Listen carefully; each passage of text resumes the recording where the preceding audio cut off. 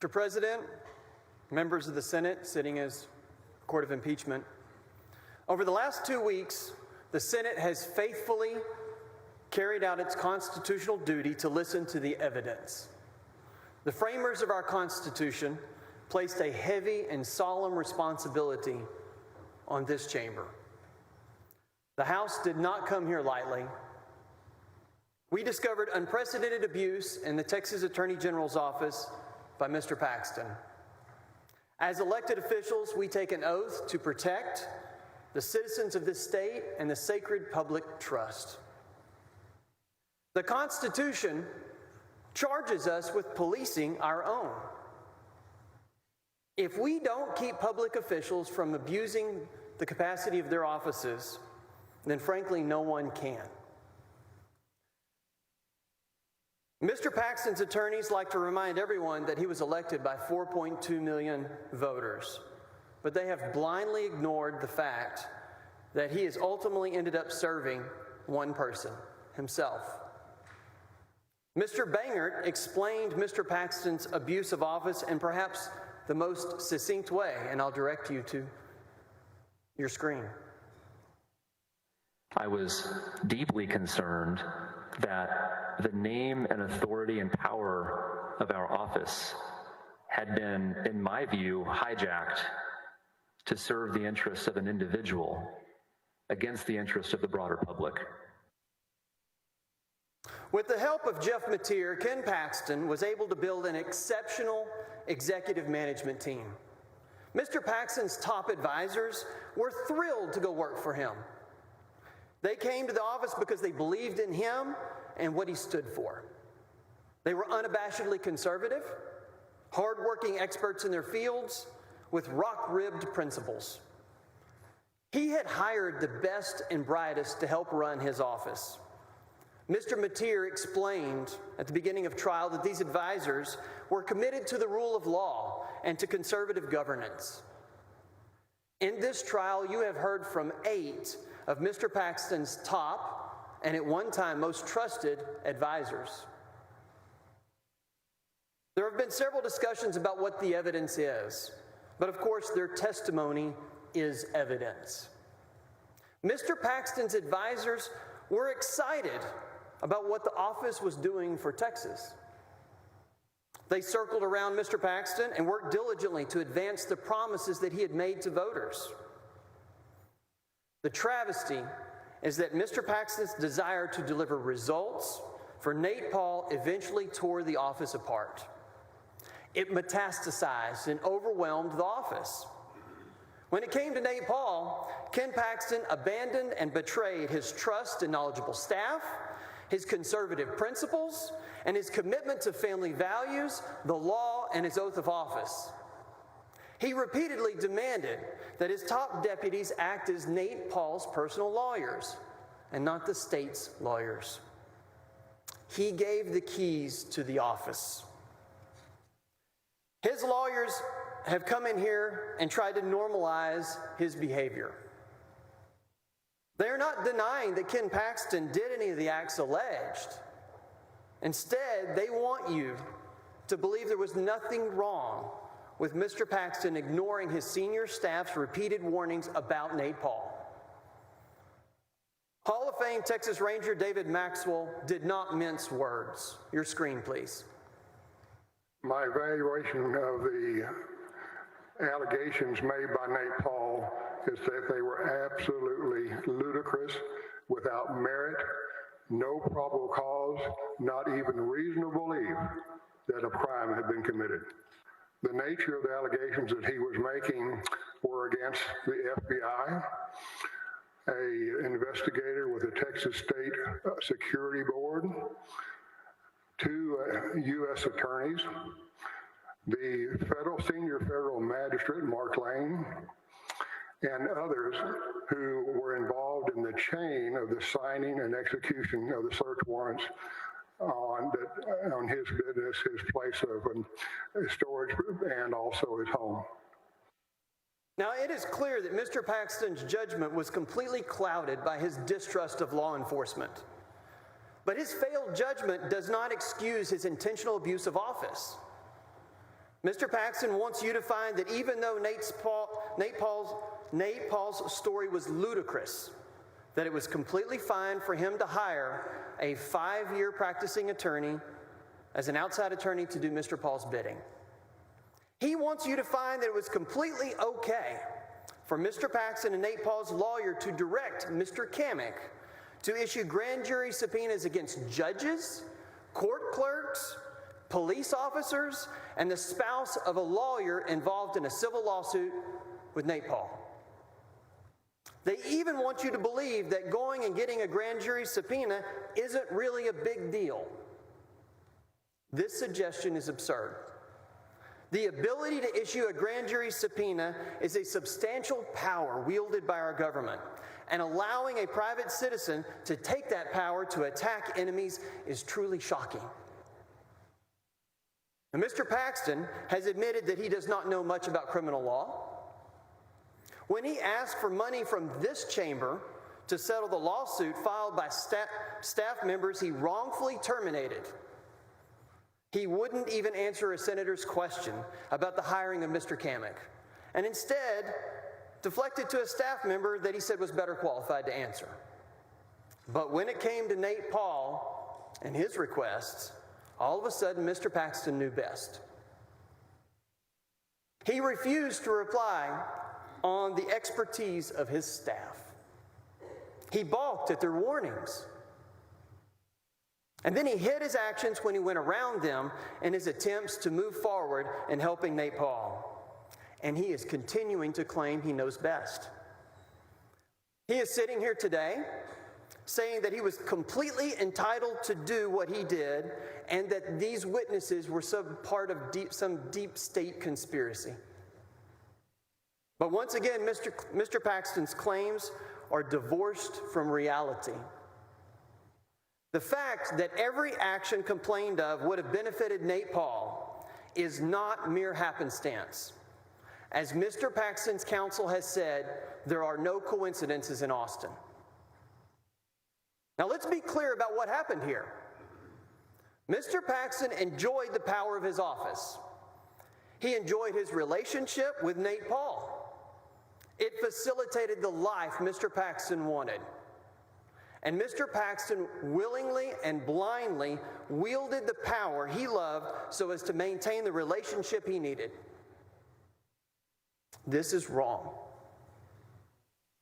The power of the office of Attorney General cannot and should not be handed over to a private citizen to use to attack their perceived enemies.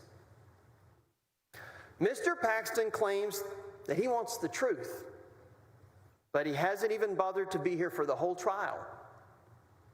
He came on the first day, he left at lunch, and now he's here for closing. Clearly, he thinks that he might just get away with this. Had he been here, he could have seen the hundreds of exhibits and the thousands of pages that have been presented to you with 13 witnesses over 7 days that the House have meticulously laid before you. Mr. Paxton put the risk of the citizens of Texas, of the businesses of Texas, and the lives of law enforcement at stake. As the state's top cop, this conduct is and was inexcusable. His actions are precisely the type of grave official wrongs that our Supreme Court has explained merit impeachment. He may claim to be one of us, but unlike the public servants here today, he has no regard for the principles of honor and integrity. He has betrayed us and the people of Texas, and if he's given the opportunity, he will continue to abuse the power given to him. Mr. President, I yield the rest of my time for my closing. Mr. Busby?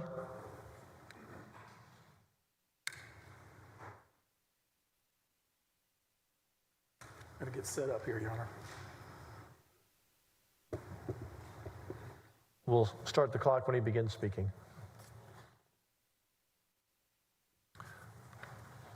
House, you have 50 minutes and 35 seconds remaining.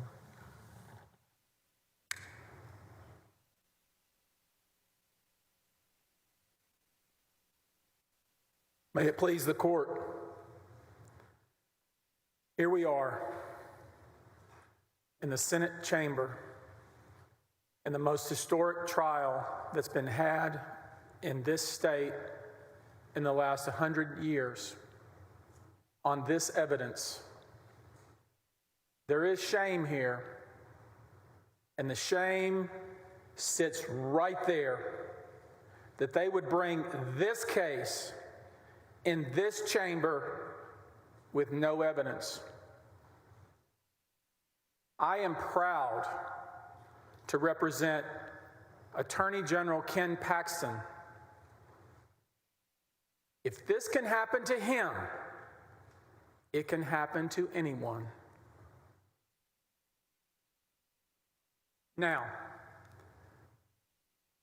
you heard when we started this case, you heard in the media that the evidence is 10 times worse than the public knows. But what a farce that was. What a farce that was. What we have seen instead is a bunch of supposition, mights, maybes, could have been.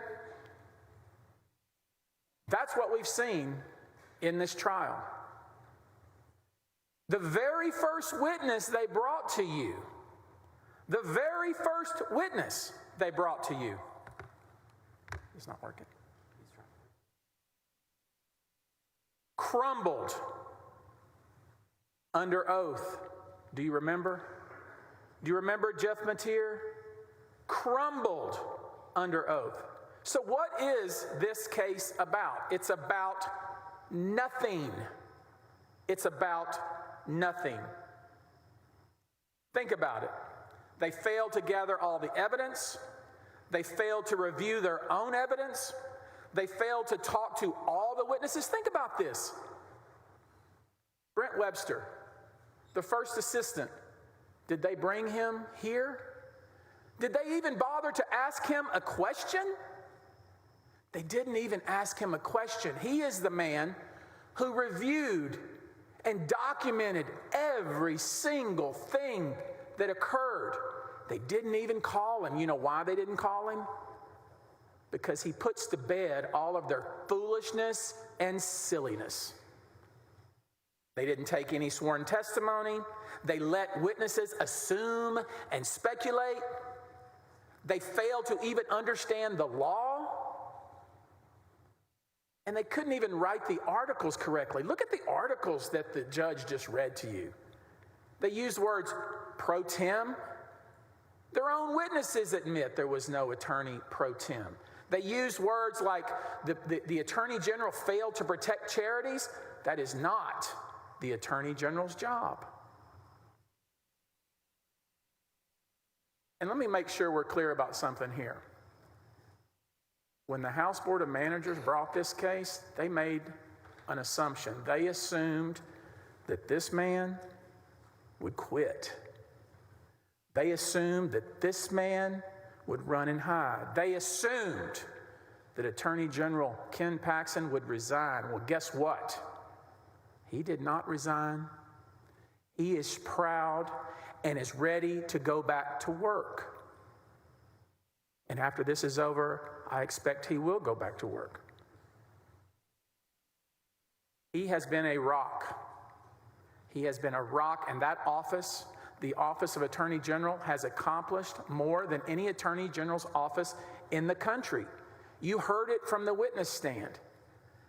Biden's policies come to die in Texas because Attorney General Ken Paxton. Now let's talk about the burden of proof. We've heard about the burden of proof here and there. Is this working? Can I have 1 minute? Can we get this working?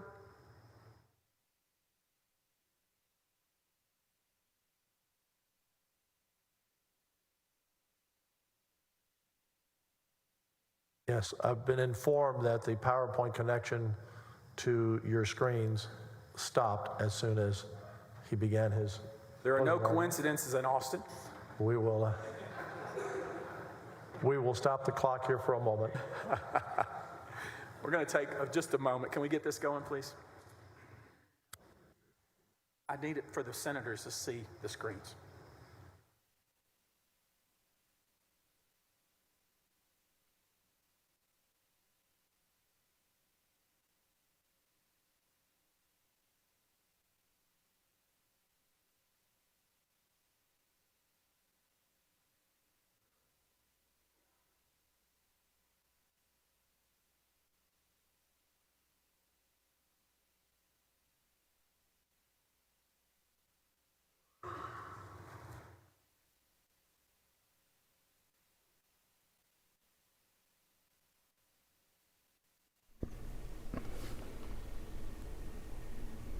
Okay, we are taking a quick break here to get a PowerPoint presentation ready for Attorney Tony Buzbee. This happened, technical malfunction here. We're used to Marcelino about 5 minutes into his closing argument here.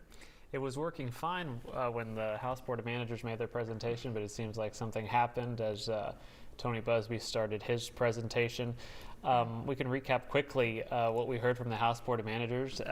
As we expected, Representative Andrew Murr, the chair of the House Board of Managers, a Republican, is the one who was tasked with at least beginning closing arguments. He only took about 10 minutes, Cheryl. That's it, reserving the rest of his time, some 50-something minutes for rebuttal. Yeah, so he still has quite a bit of time. It'll be interesting to see who, if he continues on, or if one of the high-profile attorneys, Rusty Hardin or Dick DeGuerin, take over for the rest of the closing arguments. And at the top of this trial, we saw that contrast too with Andrew Murr and Tony Buzbee. Looks like it's working. So let's screen to catch go up back to in. where you are. Yes, sir. Okay.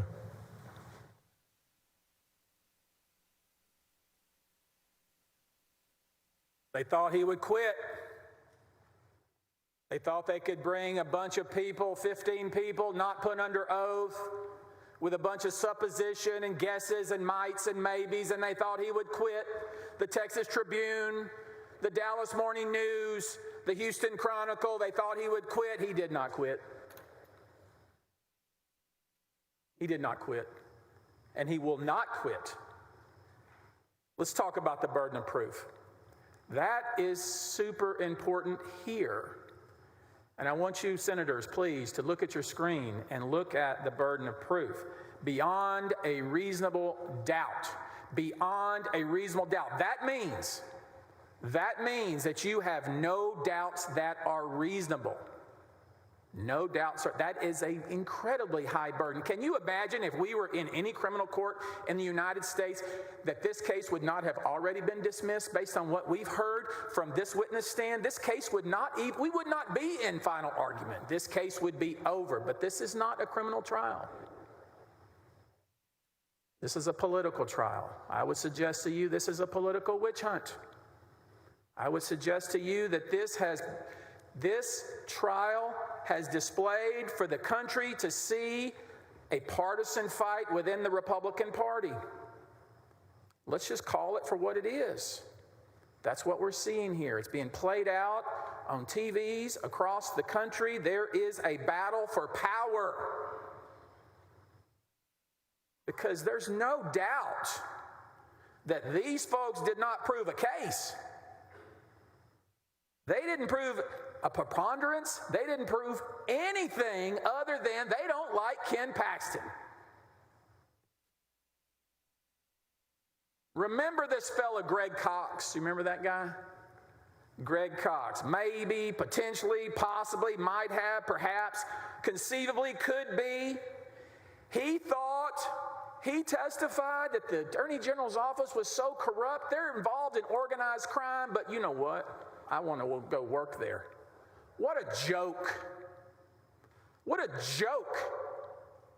I had texts from my former Marine Corps buddies that said, that guy is a joke. To come in here in the Senate of Texas and to get on the stand, and these people sponsored this guy. What a joke he was. And in my view, that's exactly what their entire case has been. A joke. Much ado about nothing. burdens of proof. Look at the burdens of proof, senators. Beyond a reasonable doubt. Now, if you decided this case from the Houston Chronicle, the Texas Tribune, Texas Monthly, the Dallas Morning News, oh my goodness gracious, Ken Paxton's guilty.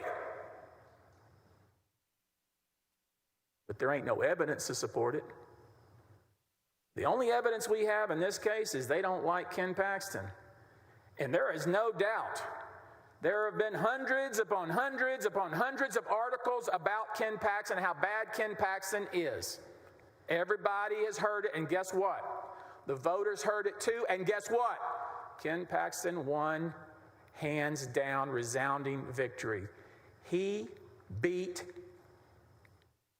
the latest in line for the Bushes. Let it be known, let it be clear now. The Bush era in Texas ends today. We thought it had ended in the primary when Ken Paxton beat George P. Bush 68-32. Well, we thought it was over. It wasn't. Well, now we have an impeachment. It ends today. They can go back to Maine. This is Texas. This case has been nothing more than assumptions. And you know what my dad used to tell me? Assumptions make an ass out of you and me. And that's been this entire case. It's all built on assumptions and jumping to conclusions. Think about it. House repairs were paid for by Nate Paul. You know how sad this is? I had to come here on behalf of the Attorney General of the state of Texas and disprove their case because he had already been convicted in the press. And now we know I had to prove it to young Drew Wicker. That young man believed, I heard a stray comment. And I jumped to a conclusion that the house repairs were paid for by Nate Paul. We all know now that was wrong. We all know now that was wrong, but that was in more than 100 articles across our country, smearing this man's name, smearing his wife's name, smearing a member of this body's name. And we all saw it when we put this young man under oath and showed him the documents. Guess what? Didn't happen. Wasn't true. And that is indicative of their entire case. We should not be in a position to where we have to come in here and prove our innocence, but we did. We did. The referral from the DA's office had nothing to do with banks. All of his top lieutenants had no idea there was a second referral. You know why they didn't know? Because the referral went directly to Mr. Kamek. They didn't know about the direct referral from the DA's office. And you remember Margaret Moore? She came in here and tried to pretend like she didn't know anything about it because she wasn't supervising her staff. Her staff knew all about it. Her top lieutenant knew all about it. They assumed the Kamek contract was never executed, but now we all have seen that Ken Paxton, in fact, signed that contract. They assumed that Laura Olson's job was not legitimate, but now we have seen her employment contract. We've seen her application. We've seen that she's still working for World Class Properties and still doing real work. They assumed that Wicker, young man Wicker, delivered a secret package in the middle of the night in a dark alley. Never happened. But if you were to watch the news and read the newspaper, oh my goodness, that happened. Even a Texas Ranger, think about this for a minute. You have a guy 6'6", wears a hat, cloaks with the authority of the state, comes in here and says to these folks, I heard from 5 or 6 people that Drew Wicker delivered a secret package in the dark of night in an alleyway on behalf of Nate Paul. Totally false. When he was asked, who told you that? Ranger. I can't even give you one name who told me that. Totally totally false. I asked the young man directly, did you ever deliver anything at night? Did you ever deliver anything that had anything to do with public records? No. Never. Didn't happen. Look at the position these people had put this man in and his wife. Prove your innocence, Attorney General. You've been convicted in the press. Prove your innocence now. If it can happen to him, it can happen to anyone. Foreclosures were stopped. There was a press statement that multiple foreclosures were stopped because of some informal guidance. Now we know that's false too. Presumed false. And these people got up here and used words like conspiracy, crimes, bribery, all kinds of really loaded words, and all were false.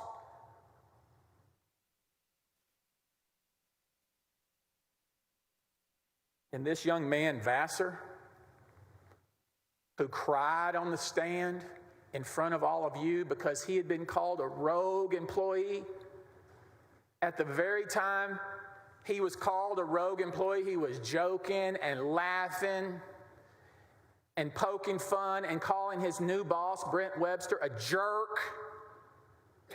But when he came in here at the urging of these people, he cried. He cried because he had been called a rogue employee. What is a rogue employee? A rogue employee is somebody that doesn't do what the boss says. You don't do what the boss says? Let me tell you something.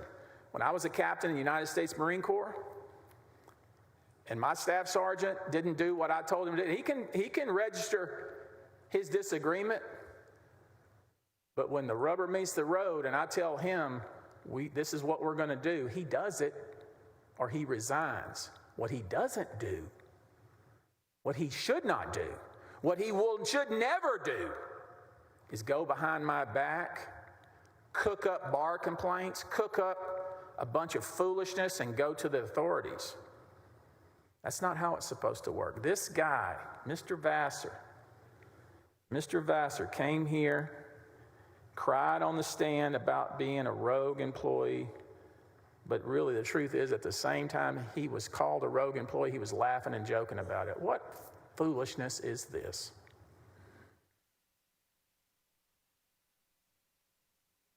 It's been 3 years since these so-called whistleblowers. Now think about what a whistleblower means. That means that you have to have evidence of a crime, and they admitted they had no evidence of a crime. And what have we heard from the FBI with regard to Attorney General Ken Paxton? Crickets. Nothing. Nothing. If you don't think that the Biden administration and its FBI and Department of Justice would not love to indict Ken Paxton, then you're not paying attention. They've done nothing. You know why they've done nothing? Because there's nothing to do. This man did his job, and he should still be doing his job. Staffers were not only wrong on their assumptions, they were wrong on the law. Can you believe that they didn't realize that the only person in that office that can actually have the authority to sign an outside counsel contract was Ken Paxton himself, and anybody else was designated? He's the only one that can do that. They didn't like that. This is a situation where the tail is wagging the dog. Imagine if one of your staff members at some point decided that, you know what, I don't think my boss has authority. I know more than the boss, so I'm going to be in charge now. That is not how it works. 4.2 million people decided who the Attorney General would be. They didn't elect Jeff Mateer, Ryan Vassar, Bangert, none of those people. Those are political appointees serving at the pleasure of the Attorney General, just as every one of your staffs are as well. They even had the nerve to come here in front of you and say, well, I believed that when Ken Paxton was in Ohio doing his job and trying to put together a group of attorney generals in a case against Google, well, he's out of the state, now we're in charge.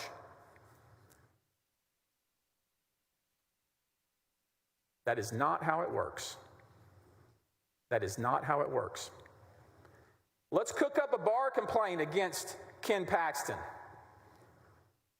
Let's allocate $50,000 to hire an outside lawyer by the name of Johnny Sutton without any approval or telling the boss.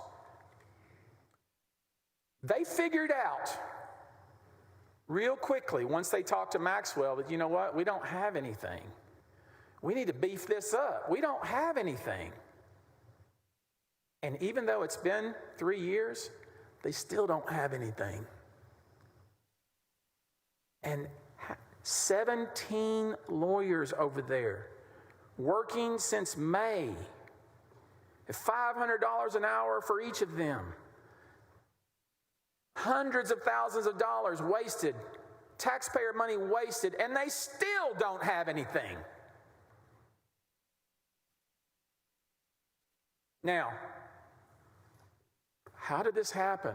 Well, they made some assumptions, and then they figured out they had no evidence, and it was too late to turn back. Recall that one of the witnesses, Mr. Mateer, Mr. Bangert, said, well, once we went to the FBI, we were signing our death warrant. Rightly so. You go to the authorities with no evidence and accuse your boss of a crime, and there has been no crime, and there's been no evidence of any crime, and it's all a bunch of supposition and guesswork. Rightly so. And so they took a long walk on a short pier. The House managers did the same. The House managers did the same.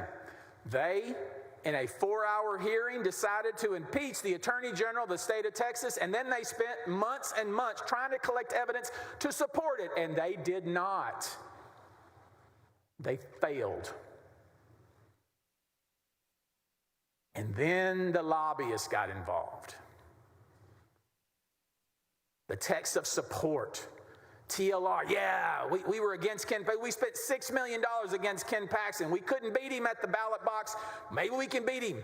Maybe we can beat him in an impeachment trial. George P. Bush decided, let me re-up my law license because maybe I can be the Attorney General now. I couldn't beat him in a fair fight. Maybe I can beat him here. And every one of these so-called whistleblowers, which are nothing but disgruntled ex-staffers, they all hired the same lawyer who just happens to be in the Ashcroft law firm, who just happens to be a protege of the Bush regime. The Bush era ends today in the state of Texas. Have you ever met a lawyer that works for 3 years for free, who's a former U.S. attorney, who's doing legitimate work? Legitimate work? I want to focus the allegations, as best as I can tell, of what Nate Paul provided to our Attorney General are in 3 buckets: campaign donation, house renovations, and Olson job. Let's focus on the first one. The allegation is there was some sort of quid pro quo. You have to have a quid pro quo for bribery. They're throwing this word bribery around. That has a lot of meaning. In this case, it has none. And let's focus on the person who supposedly bribed our Attorney General. This pain in the butt, this described pain in the butt, Nate Paul.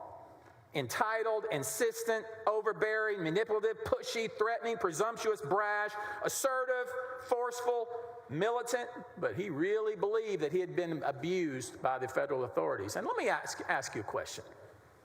Do we really believe that the federal authorities do not sometimes abuse people? Do we believe that? Do we believe that the FBI is always on the up and up? Do we really believe that the Department of Justice is always out to do the right thing? Or can we all agree that sometimes they pick and they choose who they go after? And when the federal government comes after you, whew, you better buckle down. This guy thought he had been targeted by the FBI. And the only thing that this man did was, let's find out the truth. Let's see if that's really true. That's all he did. Because he knows a little bit about people coming after you with no evidence. He can identify with that. Heck, we see it here. The very reason I'm standing here. He was come after by a group of misinformed, ill-advised people with no evidence. That's what, now, do I know whether that search warrant was altered? We will never know. We'll never know. Nate Paul thought it was. We'll never know. And to suggest that the keys of the Attorney General's office were turned over to Nate Paul, look at his correspondence. He was madder than a hornet's nest with the Attorney General's office. You're not doing your job. You have a conflict of interest.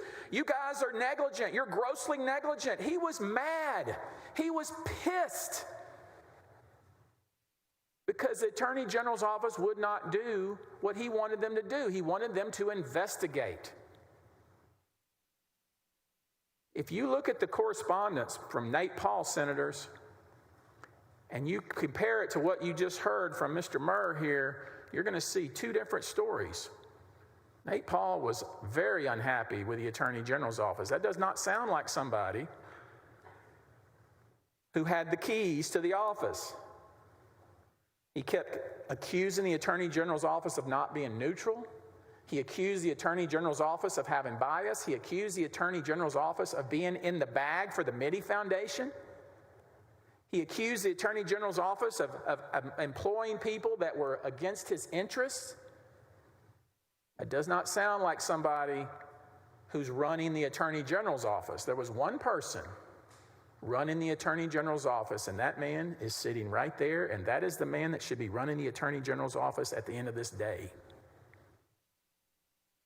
But I urge you to look at the correspondence and compare it with what you've heard, not only from these people, but in the media.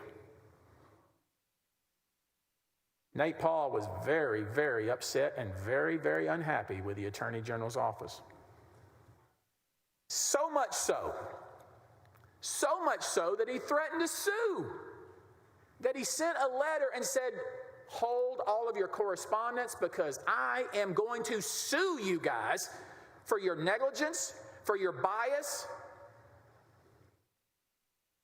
When you look at the documents and you compare it to the arguments, you see a much different picture.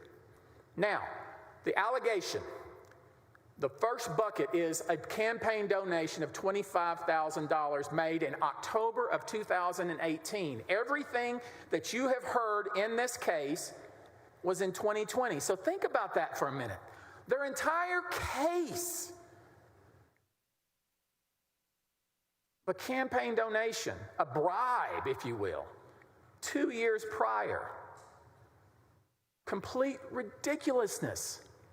Especially when you look at all the other people that Nate Paul gave money to, and especially when you look at the percentage just in the year 2018 of the donations received by Attorney General Ken Paxton. This man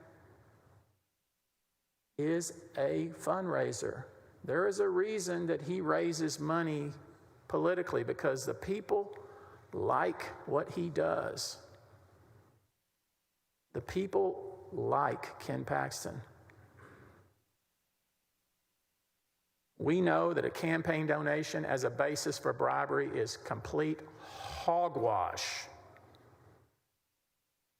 Imagine if a campaign donation were considered to be a bribe 2 years before the acts complained of. Line up. We're going to be doing a lot of impeachments in the city of Austin. That bucket has no validity. That bucket is empty. And let's look at the buckets of what Ken Paxton supposedly did for Nate Paul: foreclosure guidance, CAMIC retention, public records, and MIDI intervention. But what you heard from the young man who spent more time with Ken Paxton than anybody, sometimes 24/7, 365 days a year, is there was never an agreement at all. He never agreed to do anything for Nate Paul and never got a darn thing from Nate Paul, with the exception of a lunch. A lunch. A lunch that was public, on a patio, for everybody to see. Most of the time, you would think, when people are doing something untoward, they want to hide it. These were public lunches for everybody to see. And if a lunch is a bribe, then boy howdy, we got a problem here, do we not? That holds no water. Let's look at Article 1. It fails just in its language. These people don't even know the role of the Attorney General's office. It is not a public protector of charities. It's a protector of the public's interest in charities. And we know that previously, Greg Abbott, as the Attorney General, had sued the MIDI Foundation, as a long and sordid history. But it's not just a history of problems. There is a recent history, starting in 2019, and I urge you to look at the evidence, at the memo that was submitted, at the memo that every one of Ken Paxton's subordinates reviewed before they all signed off on the intervention. This was not Ken Paxton causing anybody to do anything. This was subordinates who reviewed the evidence provided and decided we need to intervene. And it goes on and on. People punching their spouse, people being indicted for this and that, all kinds of problems. And the most important problem, the thing I think that the subordinates were really concerned about, is this charity that was only worth $15 million total is investing $3 million into a speculative land deal. The bottom line is, and what's so ironic and what's so egregious is that every single person who signed off on the intervention in the first article of impeachment came here and testified that that's somehow wrong, but they were involved in it. Utter hypocrisy. They not only signed off on the intervention, which only lasted 3 months, but they also signed off on an investigation of the MIDI Foundation. That article fails, period. Did they prove anything beyond a reasonable doubt with regard to that article? The only thing that we've seen beyond a reasonable doubt in that article is the MIDI Foundation has major problems and that the AG's office intervened, and now the MIDI Foundation stands to make millions upon millions upon millions of dollars on their speculative investment. Man, I wish I could get an investment like that. $3 million investment, they stand to make almost $20 million. That hurts really good, doesn't it? So we know the intervention is hogwash. Let's go to the written legal opinions under 402, Article 2. Well, it fails on its face because there was no written legal opinion, period. You heard our Lieutenant Governor charge you and explain to you that they have to prove what is in the article. They cannot prove this article because there was never a written legal opinion, period. That article is over. It's over. You can see it. This is informal guidance. This is not a legal opinion, period. But let's go a little further. They tried to drag Senator Hughes into this foolishness and put his name in this article for what reason I don't know, and act like having a straw requester was somehow wrong. And we all know, the people that work in the state's business in this city know that straw requesters are common. Every one of the House Board of Managers has been a, quote, straw requester at one point or another. We know that. And to put that in a public article, to somehow besmirch Senator Hughes, is foolishness. But what was in Ken Paxton's mind when he was looking for this informal guidance? Well, if we want to know, we can look at his texts. His text sent directly to Mr. Bangert, who was working on the informal opinion. Look what he says.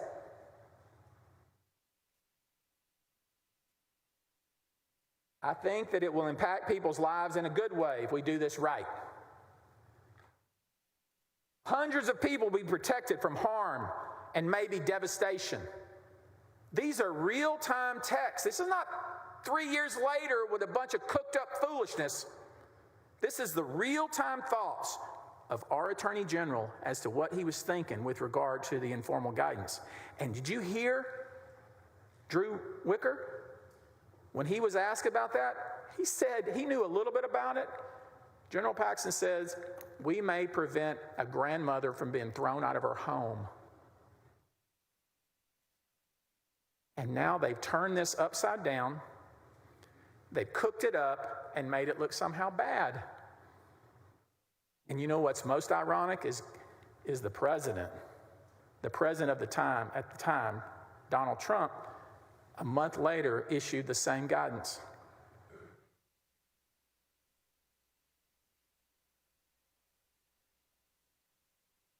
And we know, of course, Nate Paul put his entities in bankruptcy, and there was never any foreclosures anyway.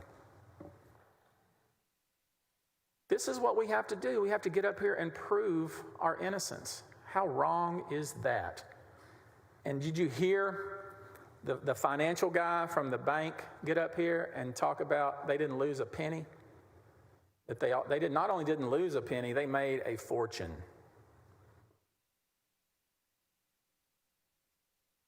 That bucket's empty.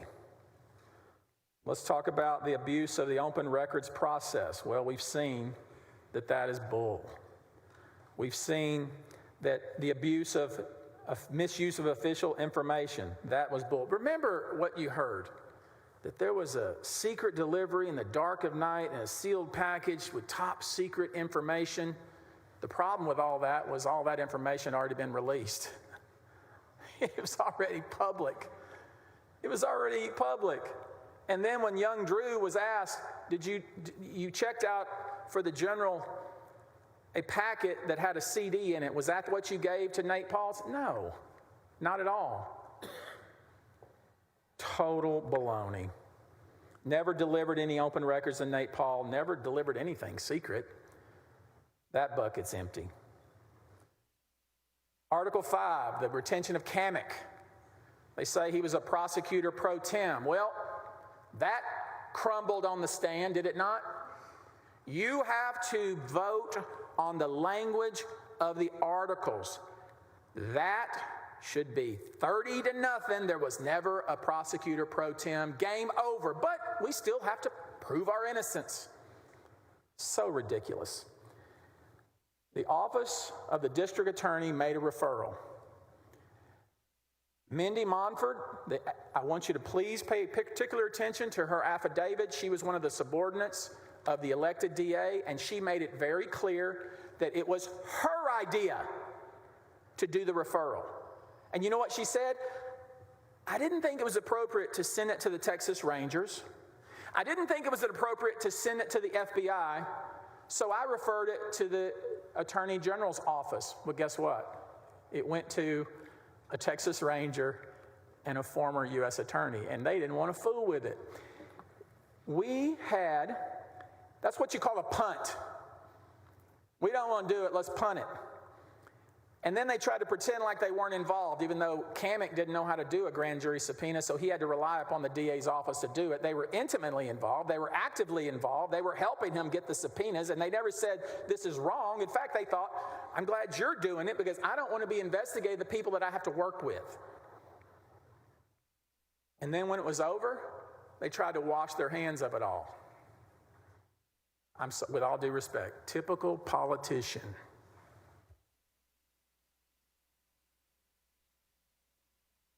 And then lied about it. Margaret Moore sent a letter that she made sure was in the press that she didn't have anything to do with this at all. We all know that's not true. And she didn't even mention that there had been a second referral that was referred directly from the DA's office directly to this young man, Brandon Kamek. And that's the reason he sent the subpoenas that the DA's office helped him to issue. And they want to blame that on Ken Paxton, who had no idea about it.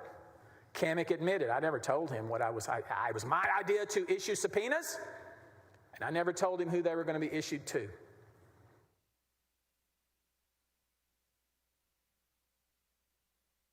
And Ken Paxton could not figure out why the devil will Maxwell and Penley not do their jobs.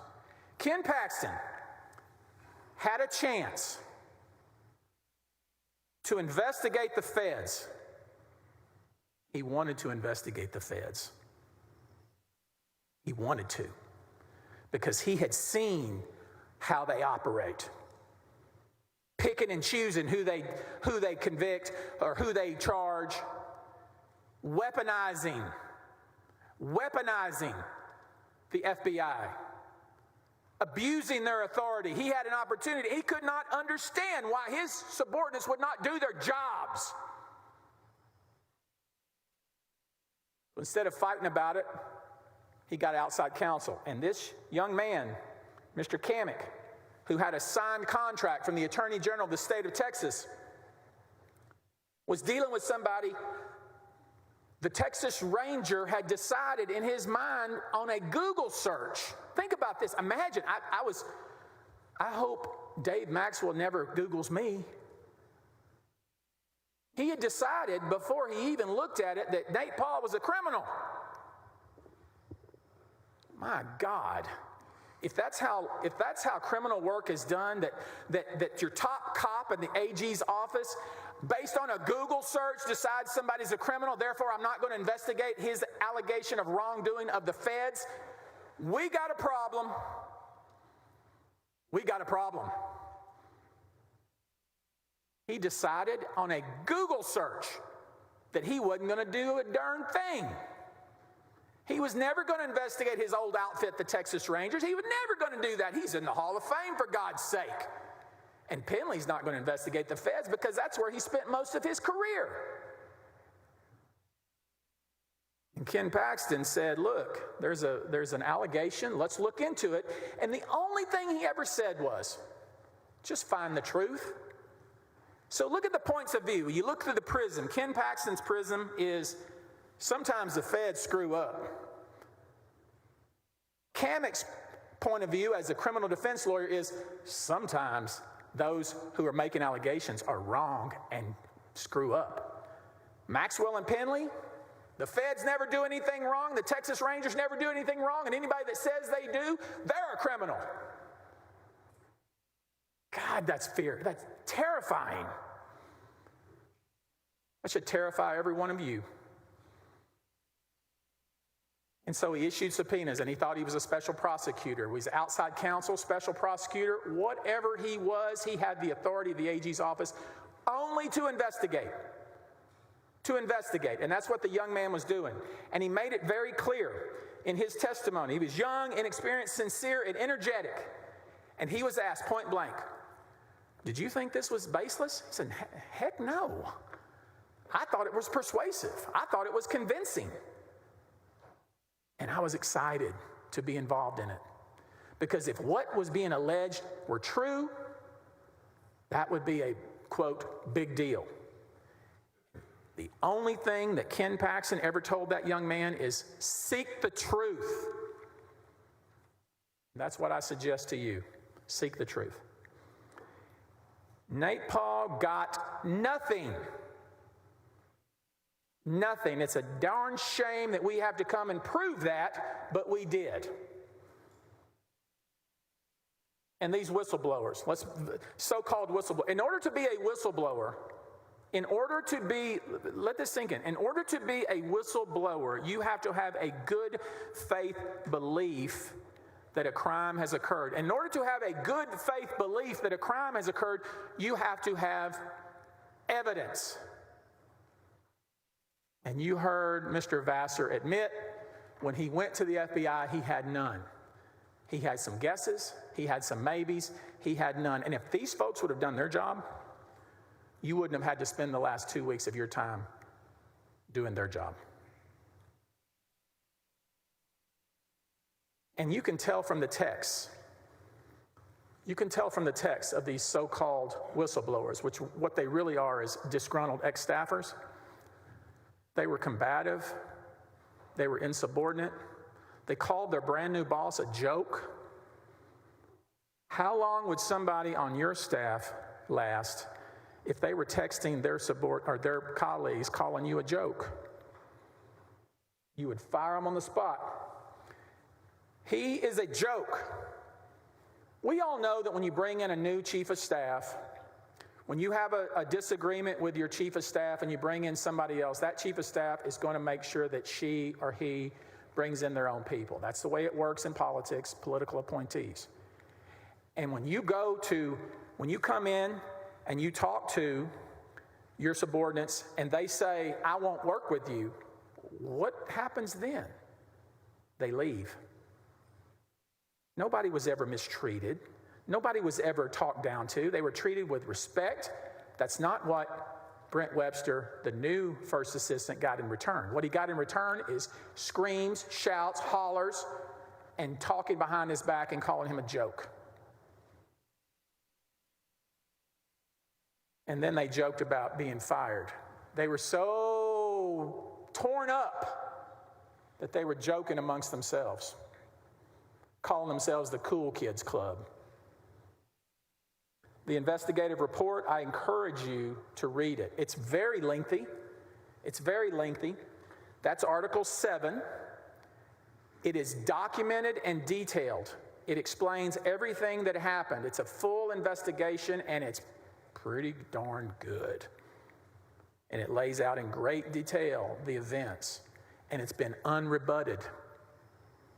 They had a chance to bring Brent Webster, who was one of the authors of that report, who made sure that everything was documented.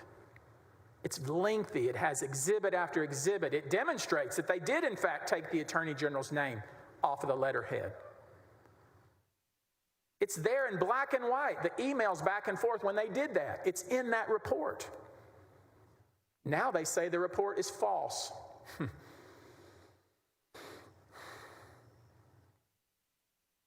And they throw around bribery. We know why they included this, don't we? Because it captures headlines. It captures headlines. And you know why they mention Laura Olson? Because it captures headlines. And they want to shame people. They want to shame people.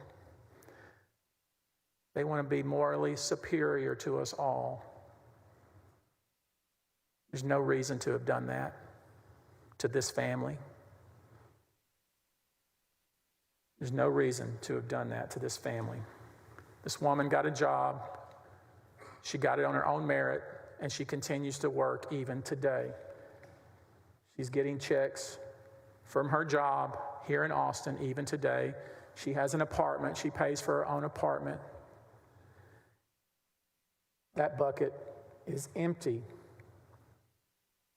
I'm not going to spend too much time on this, but let me say, I'm certainly not perfect, and I'm going to assume that all of you feel the same. Because we all have sinned and fallen short. The only person that cannot be forgiven is somebody who's so cynical that they don't ask for forgiveness. If this impeachment is based on a marital impropriety, then line up. Line up. We're going to be doing a lot of impeaching in this city. You should be ashamed of yourselves. Ashamed of yourselves. Bribery. They convinced Drew Wicker, based on a stray comment, that Nate Paul was paying for the renovations. It took me about 20 minutes to disprove it. They never asked for any of those documents. They never even asked. They never even talked to Kevin Wood, the contractor. They didn't even bother. They assumed it was true, and I had to come here on behalf of my client and disprove it. How wrong is that? And that was the most serious allegation. It wasn't just against the Attorney General of our state, but it was against a senator in our state. Did you see young Wicker's face on the stand when I disproved it? I had to disprove it even to the general's body man. And let me tell you, the press reports that again. I'm going to be lining up a lot of lawsuits because that is absolute defamation. Because now we all know it's absolutely untrue. And that was the entire basis of this case. Supposition, and it can happen to you.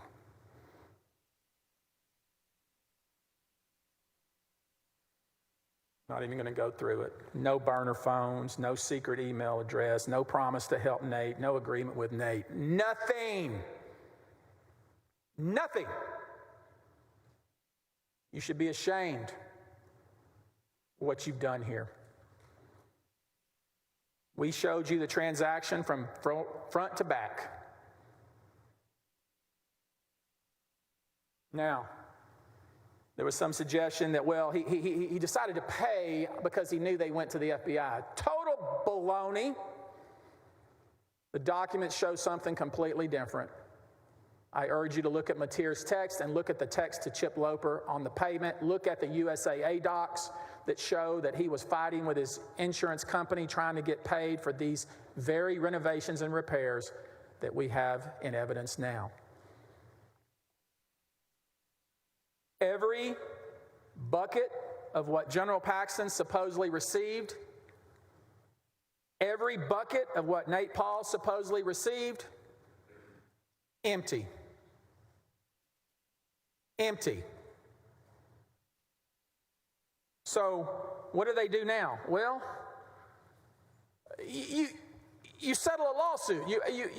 A lawsuit was brought against the Attorney General office, and you went to the legislature, which is what you're required to do, to get it funded. And the reason we decided to settle it, the reason they were begging to settle the case is because they didn't know what the Supreme Court was going to do.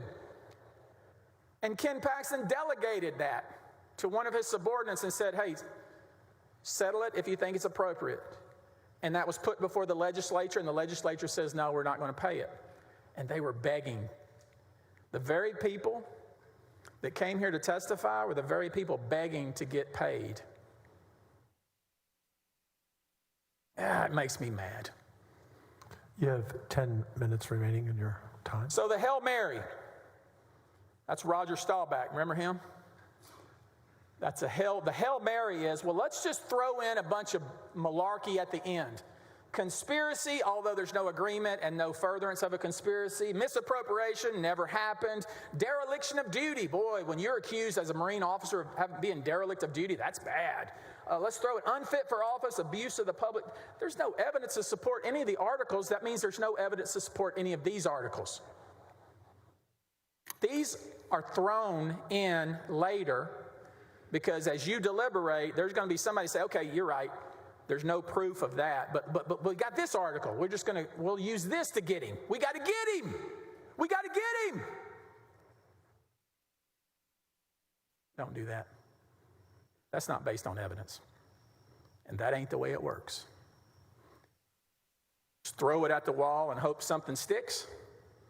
That ain't the way it works in court, and that should not be the way it works in a historic impeachment proceeding.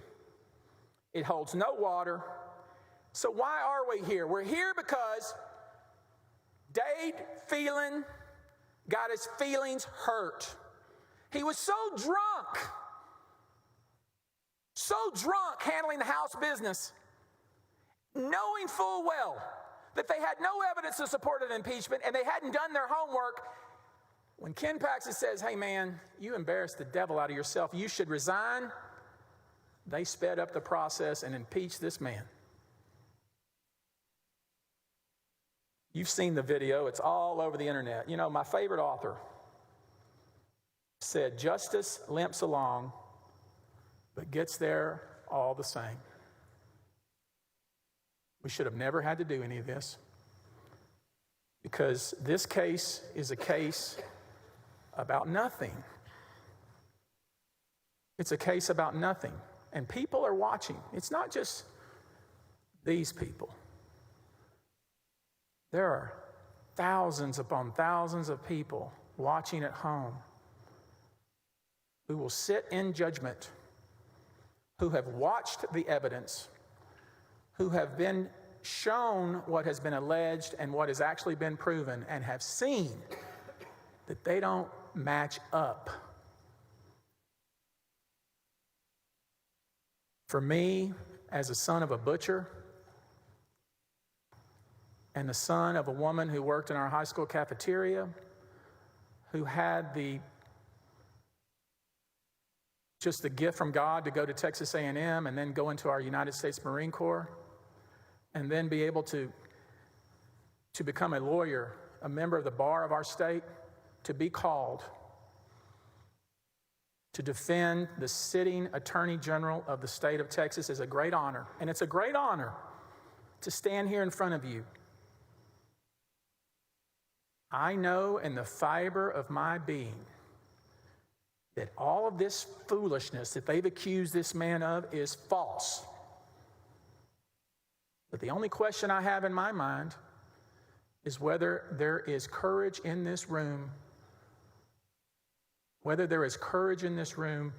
to vote the way you know the evidence requires.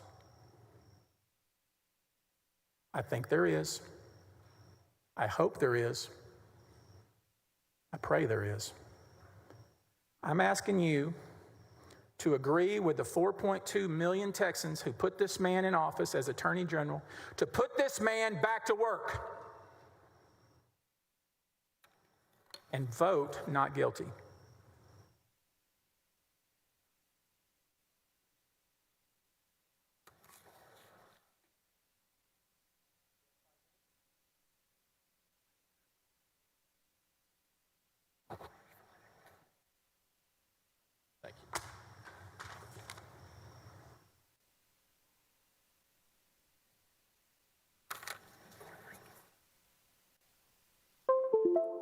Morning. I had planned on 30 minutes, but I have 5. So I guess there really are no coincidences in Austin. It may or may not surprise you that I'm going to go in a different way from my colleague, Mr. Busby, who's a fine lawyer. But I'm not going to yell at you. I'm not going to scream at you. I'm not going to point my finger and shake my fist. I just think, first off, no offense, but you're politicians. Y'all can probably get that faux rage quicker than most mammals. It's a skill set you got. I'm not going to attack my colleagues on the other side. I don't think they are good lawyers. I think they are great lawyers. They are living legends. But here's the point about that. Mr. DeGuerin, it is DeGuerin, Mr. Hardin, Miss Epley, Mr. Donnelly, some of the greatest lawyers in Texas literally could not put together a cogent case that could convince anyone that these things occurred beyond a reasonable doubt. These aren't second chair misdemeanor prosecutors. They were the best of the best. They did the best they could. But the evidence simply wasn't there. And my friends on the committee, here's a pro tip. If you're doing this investigation that will literally cost millions and millions of dollars and take weeks and weeks out of our senators' lives, you know, one person you might have talked to Me. I've been representing Ken Paxton for 8 years. Do you think they could have called me and said, hey, Dan, we got a problem with Paxton. What about this dark night? What about this kitchen cabinets? What about this Brandon Kamek? I was literally, sorry, I said I wasn't going to scream, but I was literally having lunch with Mr. Donnelly when this was going on. Do you think? Before we wrote that check, he could have said, hey, Cogdell, buddy, let's talk. They didn't do that. I'm not the world's greatest lawyer, but I'm pretty easy to find. The fact that they wouldn't literally pick up the phone and call me, that's a clue that they were more invested in the conclusion that they wanted than they were invested into the investigation. How much time, Your Honor? 1.5 minutes. I would make a joke about my personal life, but I won't.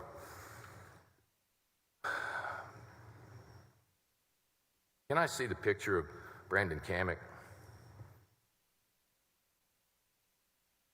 One of the things that's really harder than it looks when you are a criminal defense lawyer is to argue to a jury. I need the picture, not the statement. There we go. Thank you. And thank you, Eric, for everything. One of the things that's harder than it looks is trying to explain to a jury what reasonable doubt looks like. That, ladies and gentlemen, is what reasonable doubt looks like in this case. 1 minute left. Mr. Kamek told you this wasn't a baseless investigation. This was a legitimate investigation. Look, I respect David Maxwell. I've known him for a long time. But with respect to that legacy, his milk carton has expired. It's over. When he gets up there and looks you in a straight face and says it's a crime to investigate whether or not something is a crime, come on. We were born at night, but not last night. That is dumber than a bucket of hair for a Texas Ranger to say it's a crime to investigate the legality of the search. By the way, that's how my friends Mr. DeGuerin and Mr. Harden and I make a living. It's not a crime. It's not. But Kamek said, not a crime, legitimate. I believed in it. I thought that was something there. Paxton never asked me to lie, cheat, or steal. And I was doing the best that I could. That is game, set, match. I think that's the phrase. I don't play tennis. It's game over. The whole case was around this illegal relationship with Mr. Paul and Mr. Wynn, who they didn't call, and my friend Ken Paxton. Mr. Cogdell, you're going to have to wrap up. I'm sorry. Let me just say this. It was an honor to be here. Never thought I would. Thank you. But this is not about me. It's not about Ken Paxton. It's about whether or not you have a reasonable doubt. I suspect he did some things that you probably didn't like. I get that. I understand that. But that's not the issue. The issue is whether the proof is there that is so convincing that it convinces you beyond a reasonable doubt the same standard of proof that's in a death penalty case. It's not. It's not. It's not. 2 words. 2 words. Not guilty. Thank you. Mr. Myers, he went over about a minute, so I'll give you an additional minute. You have 51 minutes. Yes, would you remove your easels? And we're not going to take a long break. They have a chance to come right back up, but I will give you 5 minutes while they're taking down the stretch, but do not leave the chamber.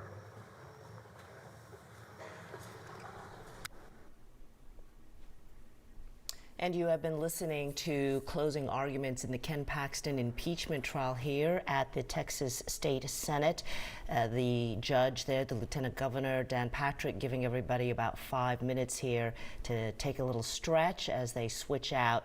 The House Board of Managers will then pick up with their remaining 51 minutes to go ahead and conclude their closing arguments, but it has been quite the spectacle, almost, if you will, this morning. Yeah, Sherman. Dan Cogdell, the attorney for Ken Paxton for 8 years, wrapping up the closing arguments there for his side of the case.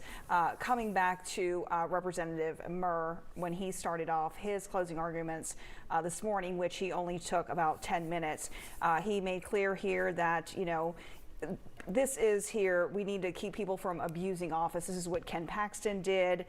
He served one person, not 4 million plus voters. The one person he did serve in office, or he is serving, is himself. He's made clear that Ken Paxton abandoned his trust in his staff, his own top aides, the citizens, the public, everyone who voted for him, and that when it came to Nate Paul and his requests, Ken Paxton knew best, he says. He did what he could to benefit Nate Paul and himself. And we are looking at a picture of Ken Paxton, who is back in the chambers for the first time since day one of the impeachment trial. He was not present for any of the testimony over the last 2 weeks, sitting next to his attorney there, Tony Busby from Houston. Flamboyant. Yes, mentioning throughout his closing, that this is all speculation. There's no evidence at all. All of these articles, he went through most of them, for the most part, saying, hey, I'm disproving this, disproving that. This has all been played out in the media. There's no hard evidence. Have you looked at documents, the testimony, the witnesses, everyone who's been interviewed? This is a case, he repeated, about nothing. He mentioned a failure to gather evidence, that, their own evidence that had not been reviewed, and a failure to talk to all witnesses, saying that, this is the burden, they have the burden of proof, obviously, Sherman, but he said there's basically nothing here. It's all whistleblowers who are, quote, disgruntled former employees of Ken Paxton, and he just kept saying how there is no evidence here. This is basically a joke. We should be ashamed of ourselves, he said. We should not be here right here. All eyes are here in Austin and what happens. And if it happens to Ken Paxton, meaning if he is convicted, any of us could be convicted. Yeah, he repeatedly threw out this idea that if this is quote unquote bribery, this of course his position, then looking out at this Senate chamber full of politicians, there's going to be a lot of impeachment going on here in Austin, was his phrase. He's throwing that out as, the idea, his position that this did not rise to the standard of bribery, and woe be to other politicians here. You too will come under the microscope. His sort of push on that play. Kind of interesting also. So Busby, as we've noted, very dramatic, very flamboyant, took the lion's share of this hour for closing arguments, about 55 minutes. So that left his partner, Dan Cogdell, with 5 minutes, Cogdell having been Paxton's attorney for the last 8 years, and perhaps a little bit of professional jibbing back and forth there. Because even mentioning he would make time for a personal joke here in his last minute and a half. Yes, but he began his comments just saying that he had prepared for 30 minutes of closing, but he only had 5 because Mr. Busby took up the lines, the 55 minutes of that hour that they were allotted. So Cogdell had a very small window to kind of wrap up his presentation, making, some interesting color commentary, if you will. When he asked the judge, how much time do I have left? The judge says, you have a minute and a half. And then his replying, I'd make a joke about my personal life, but I won't here. So absolutely, and it'll be interesting to see what they come back with, the House of Managers and Representative Murr, if he is in fact closing this out. From the beginning, before we got started here with closing arguments, the Lieutenant Governor was very clear in going through each article of impeachment, reading through every single one of them to make sure there was an understanding of what they were, what the rules were, the key roles that the senators will play in determining whether or not there's a conviction here. And so there was some time spent on that, which both sides agreed to make sure there was clear understanding of what they're looking at, and that each allegation under every article is considered on its own, and mentioning if one of those is false, then the entire thing is, he shouldn't be convicted on that. That should be thrown out. So Another thing, Sherman, that they talked about here is how it will be handled in deliberations. So the senators will be allowed to go home, sleep away from the Capitol. They cannot have any communication with relatives unless they're, of course, saying goodnight, goodbye, family business. No communication as a jury would with anyone outside of family, and no newspapers, no news, no cell phones, that type of thing. And again, pointing out the importance of the senators coming to the floor and each casting their votes aloud. So that's a little bit different from a standard jury trial where they have to agree and there has to be a consensus. They will be deliberating until this is done. Yes. Dan Patrick saying we'll work through the weekend, whatever it takes, but it looks like this will be handled, we presume, fairly expeditiously because they will not be given days off, no breaks, and certainly that's an encouragement for people to work quickly. Especially right before a weekend, for sure. Yeah, it'll be interesting to see, but it is as well. Oh, and here we see on the screen here, this is Senator Angela Paxton. She has been here. We see her walking over here to the other side. We have seen her come up in this impeachment trial. We know that she is a senator but will not be participating in the votes. There are 30 senators who will be voting, and they need a 2/3, so 21 votes here to convict on a single article. But we have seen her, and Sherman, she looks like she's in good spirits. Certainly. She has, if you will, from sort of a public view, yes. Been apparently, positive and strong. She does not look like she's quote unquote beaten or unhappy. She has been standing strong and been there every day listening, but of course not allowed to vote, not allowed to participate, which is why we have 30 senators, not 31, and a 2/3 majority will be required to convict any one article of impeachment, as you noted. If they find him guilty on any one of the 16 articles, that will result in his permanent removal from office. He does, of course, face a case here out of Houston on this federal securities question that has sort of dogged him for many years.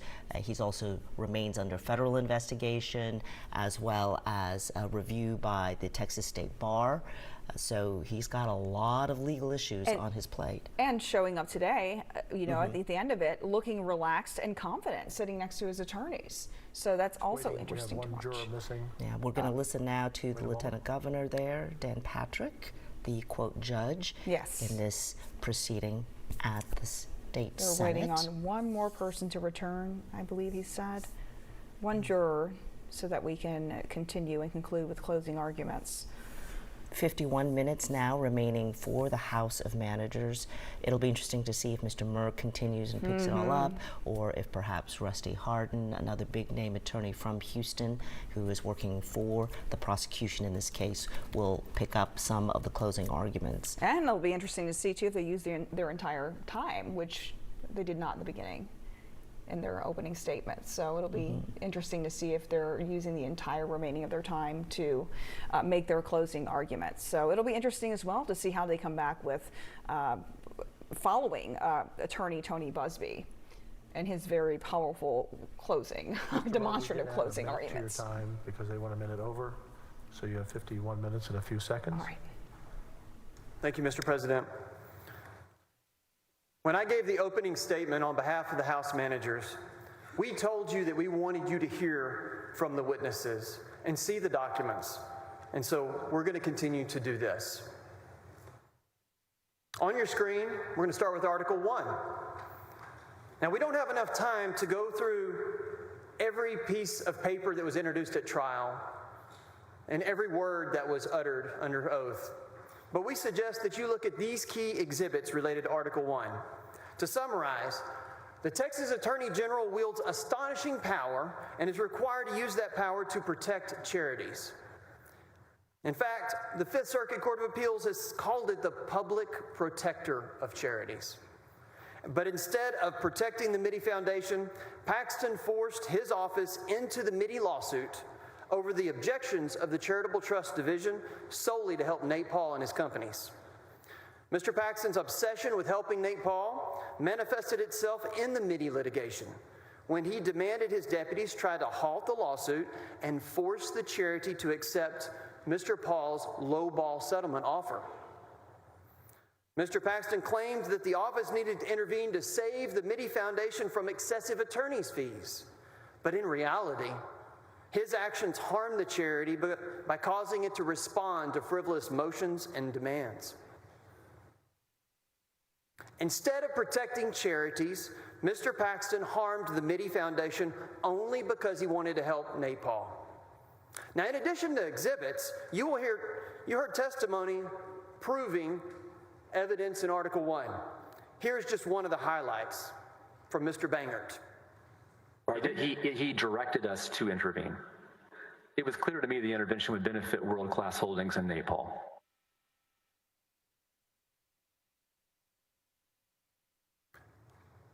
Article 2, same thing, trying to be compressed on time, but I want to give you a highlight of some of the exhibits that we want to direct you to. You can write these down and look at them later during deliberations. To summarize, Mr. Paxton abused his office, forcing his employees to draft the midnight opinion to help Nate Paul avoid impending foreclosure sales. He became involved in the drafting of an opinion for the first time ever. He covered up his misdeeds by creating a straw requester, a Senate chairman, to hide the fact that he had no valid requester as required by Chapter 402 of the Government Code. The letter was clearly a 402 opinion, and the Office of Attorney General knew that.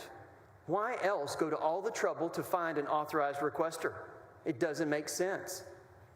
Even though the Attorney General's office had been promoted as Texas is open for business during COVID, and Governor Abbott's emergency COVID order had expressly permitted real estate transactions to continue without limitation, Mr. Paxton forced his employees to stop foreclosure sales based on the phony claim that COVID made these outdoor sales on the courthouse steps dangerous. To accomplish this purpose, he forced his employees to reverse their legal conclusions, and they told you that, so that Nate Paul could benefit from a legal opinion at 1 o'clock on a Sunday morning. The very next day, Nate Paul attempted to use the opinion letter to halt foreclosures in his properties. On your screen is Exhibit 657. Articles 3 and 4. Same thing. We have listed some of the top exhibits that we suggest you look at when you deliberate. To summarize, Mr. Paxton does not dispute that the law enforcement exception is designed to protect victims, law enforcement, informants, and practices. It is also undisputed that Mr. Paxton directed his employees to act contrary to the law enforcement exception and release confidential information related to an ongoing investigation. It is not a coincidence that Nate Paul had pending lawsuits concerning the open records request and the AG's no position opinion endorsed disclosing sealed documents. It is not a coincidence that even though there are over 40,000 open records rulings each year, that Nate's request is the first and the only time that Mr. Paxton ever cared about anything in the Open Records Division. Now, after his advisors warned him repeatedly not to release law enforcement records relating to an ongoing investigation, Mr. Paxton insisted that the office issued the no position letter. The House has also established that Mr. Paxton provided Nate Paul with confidential information. It would be impossible for Nate Paul to know the specific details of who signed the sealed probable cause affidavit in connection with the application for the search warrant without being improperly provided that information by Paxton. In May, Mr. Paxton obtained a copy of the DPS file. That information was in there. He had the file for 7 to 10 days. The DPS file was in a manila envelope It's testified it was a 1/4 inch or less in thickness. According to Mr. Wicker, in May or June of 2020, he handed off a manila envelope to Nate Paul at Nate Paul's office. In a meeting on August 5th, 2020, with Penley and Maxwell, Nate Paul and his lawyer presented a presentation titled Operation Longhorn, revealing that he knew the identity of the affiant and the probable cause affidavit that still remains sealed. There was also witness testimony explaining that Mr. Paxton asked that the information related to the ongoing law enforcement investigation be released. Listen to Mr. Vassar. Was there a clear clash here between what the judicial system had decided somebody that should be sealed versus a man under investigation seeking the sealed information? Yes, that was my opinion. And was the information he was seeking particularly harmful and dangerous to other people? If disclosed. I believe so, to the extent it revealed the law enforcement information within the probable cause affidavit, the investigators that were involved, and other government officials that participated in the decision. And still more. What did the Attorney General say in this meeting? He asked us to review the file. He asked us what our interpretation of the file was. He told us that he had spoken personally with Mr. Paul. He said that he believed that something bad had happened to Mr. Paul. He felt that Mr. Paul was being railroaded by the FBI and by DPS. And General Paxton said that he didn't trust law enforcement. He asked us to find a way to release the information that had been requested to be withheld. So despite his staff telling him you can't release this type of information, despite Mr. Paxton's claim that the decision did not release any documents, the no position letter, that opinion, still created precedent that could help Nate Paul and could help others obtain confidential information. Listen to Mr. Banger about precedent.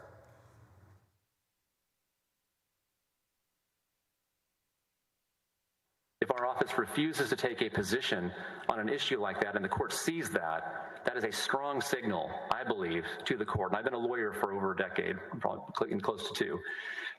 That's a strong signal to the court about the Attorney General's view of that file, that we would have gone out of our way to render a vastly uncharacteristic decision. Let's talk about Article 5. Here's a summary of some of the key exhibits that we direct you to in your deliberations. Highlights: Mr. Paxton secretly signed a contract to hire Brandon Kamak, a 5-year lawyer with no prosecutorial experience, to commence a criminal investigation into Nate Paul's enemies. Mr. Paxton hired Kamak September 4th, 2020, and unbeknownst to his deputies, fully executed the contract 3 weeks later on September 28th. Paxton alone supervised Kamak's work, in which Nate Paul and his attorney Michael Wynn directed. Paxton thought it would be a good idea for Kamak to obtain grand jury subpoenas that would have allowed Nate Paul to get the private email and telephone records of law enforcement agents who investigated Nate Paul, lenders, and opposing counsel. Now, pursuant to the Texas Code of Criminal Procedure, Article 20A, I ask you to write that down. Texas Code of Criminal Procedure, Article 20, big capital A. The ability to obtain grand jury subpoenas is a prosecutorial act. It is not a tool available to outside counsel hired by the Office of Attorney General who has not been appointed an attorney pro tem. Now, let's talk about what that is. An attorney pro tem is appointed when a DA recuses herself, and it is a formal process in which that district attorney goes to the court and asks for permission to be recused. Kamak was not an attorney pro tem. But Paxton still permitted Kamak to obtain grand jury subpoenas just like he was. Thus, Paxton was illegally attempting to use Kamak as an attorney pro tem when under the law, which this legislature writes, says that cannot be. Paxton communicated with Kamak using only private encrypted communications like Signal and Proton Mail and extra phones. The two talked several times a week, and Kamak updated him about his work as a special prosecutor. Let's talk about that real quick. Even though Mr. Paxton called Kamak a special prosecutor, a term, special prosecutor, didn't exist. He clearly wasn't one. A special prosecutor is when a DA appoints someone to assist with their cases. And that person is not on the payroll at the district attorney's office, but is sworn in by the district attorney and becomes an assistant DA. And a special prosecutor, the DA continues to supervise the handling of their case. Kamak was not sworn in and was not supervised by the Travis County District Attorney's Office. Let's listen to the testimony of former DA Margaret Moore.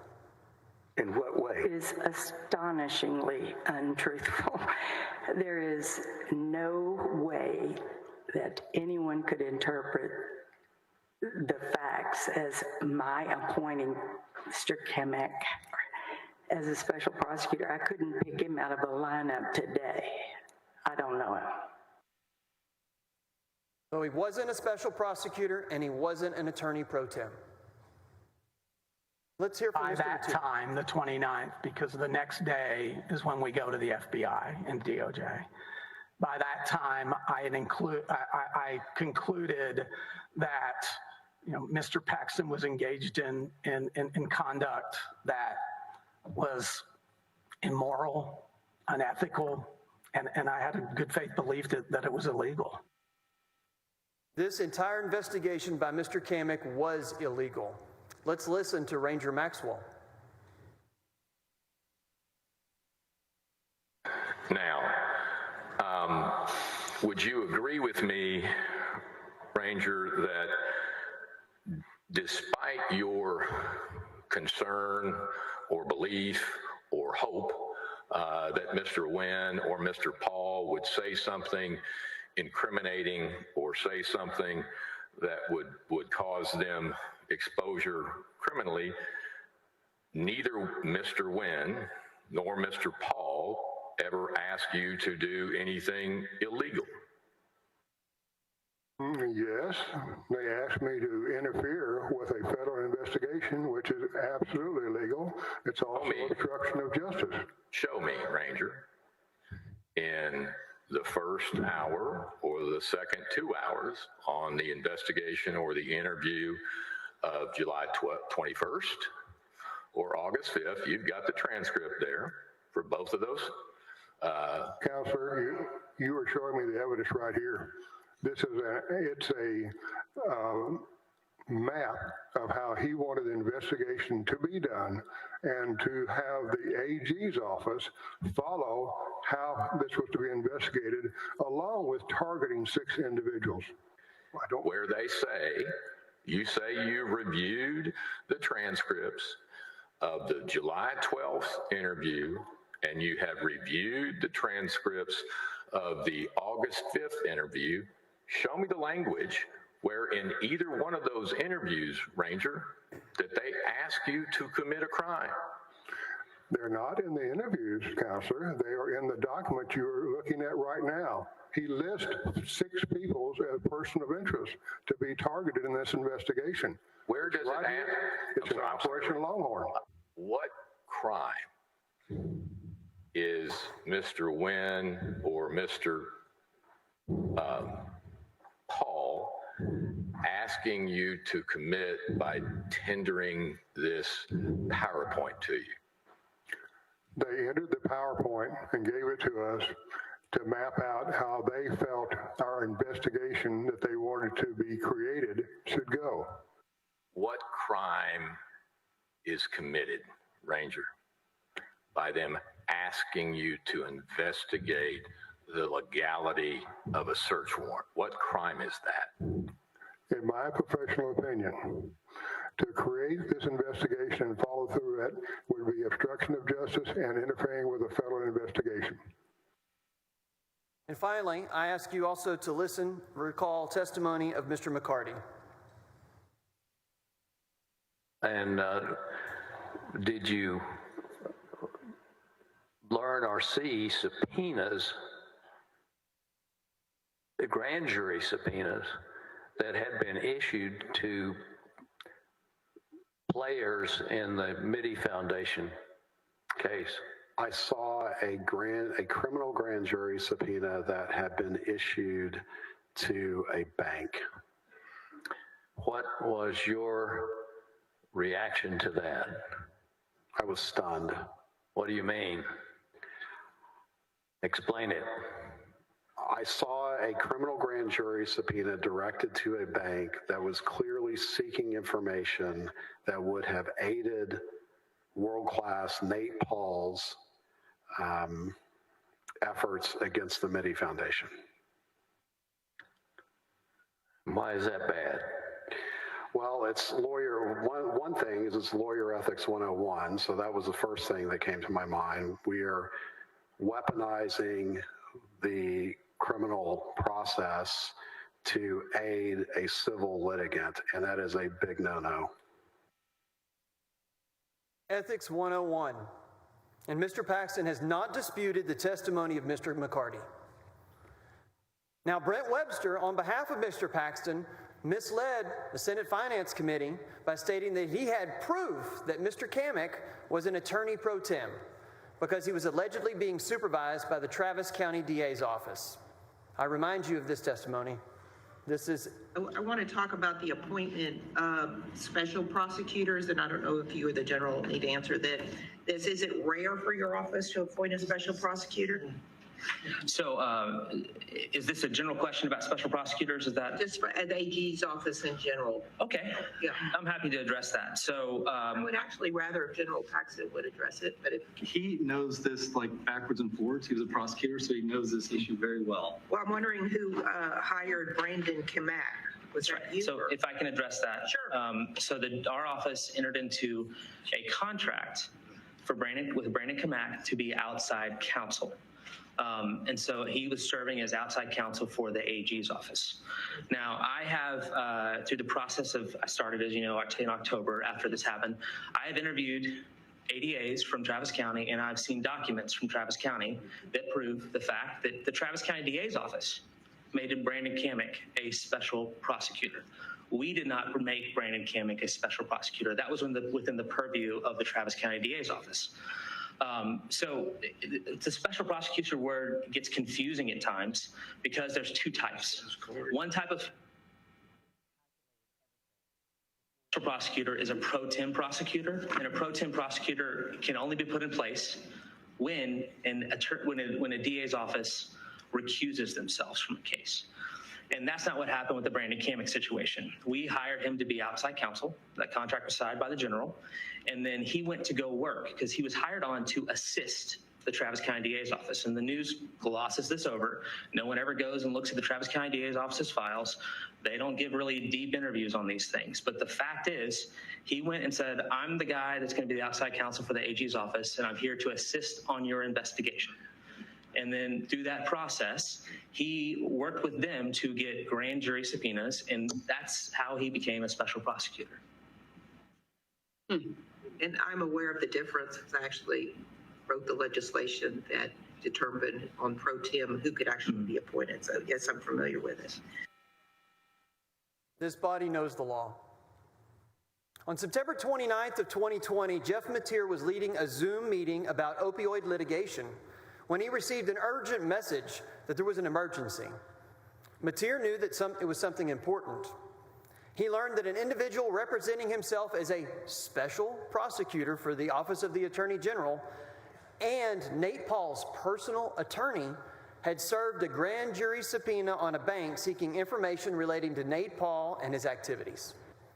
This was a crisis moment. Mateer called Bangert, Brickman, and other deputies who were in meetings at the Capitol. They assembled, shared the grand jury subpoena from the bank, and they were stunned and outraged. They realized that Mr. Paxton was using criminal grand jury subpoenas to aid Nate Paul's civil lawsuit against the Mitty Foundation.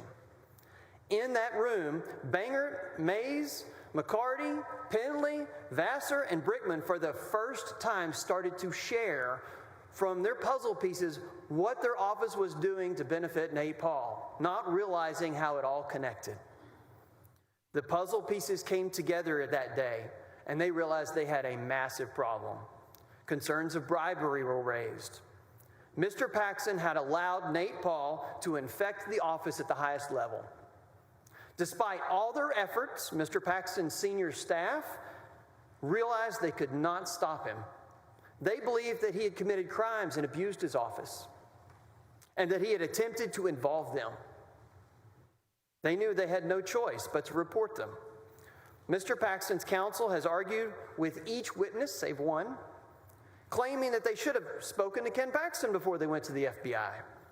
However, this line of questioning ignored the months and months of warnings, conversations, and pleas from senior staff, imploring that Mr. Paxton stop asking his office to do work for Nate Paul.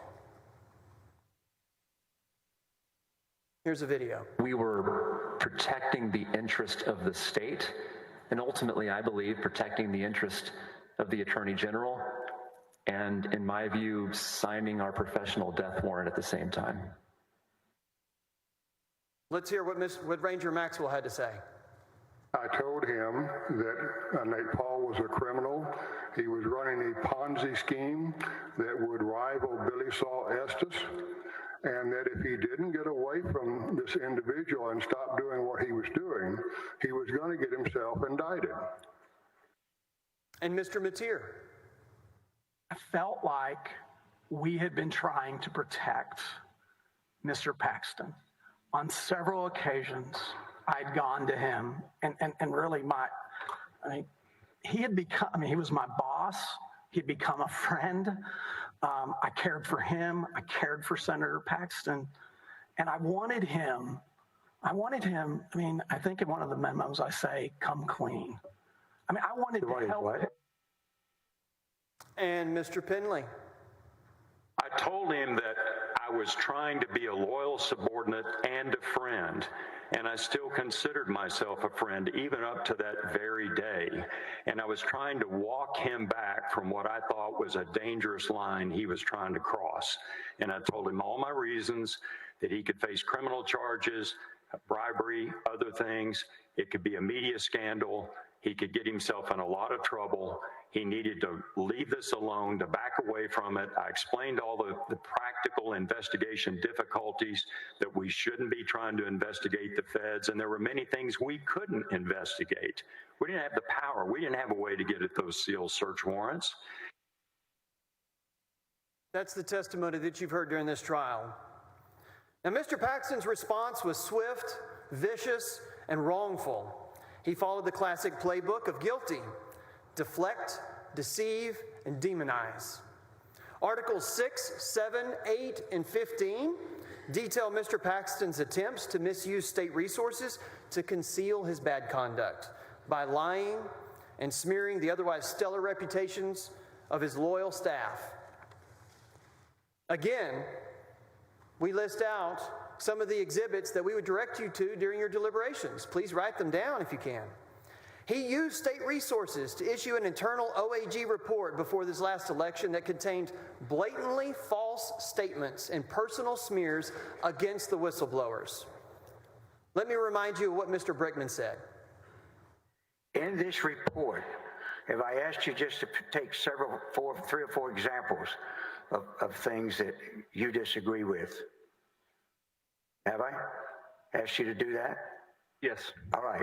What I wanted to ask you is, in this report, how would you describe your reaction to it as accuracy as in terms of what happened in these matters involving Nate Paul? I would call this report a whitewash full of lies. Now, if I may, let's just go over to page 5 and do this real quickly. If I ask you to pick 4 or 5 samples, can you just do that for me? And would you look on page 5 and see as to the first claim?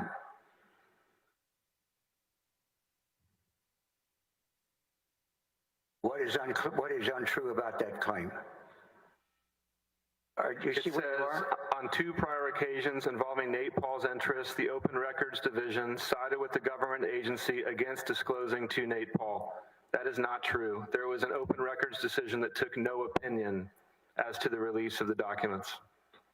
On this number 2 here, where it says A.G. Paxton's involvement is consistent with his predecessors and in line with his required duties and legal obligations as Attorney General of Texas. Most relevant here, the position taken by the AG in this litigation was adverse to Nate Paul and in support of a higher settlement amount to be paid by Nate Paul to the Media Foundation, as opposed to the prospect of continued and costly litigation that would disproportionately benefit the charity's court-appointed receiver and his lawyer. All right, the third claim. This informal guidance letter regarding foreclosure sales written by Bangert was made in response to requests for disaster counsel advice from Texas Senator Brian Hughes during the height of the pandemic and not for the benefit of Nate Paul. Is that a true or untrue statement? Is that a true or untrue statement? It is an untrue statement. The foreclosure opinion was for Nate Paul's benefit. Can we go to page 6, please?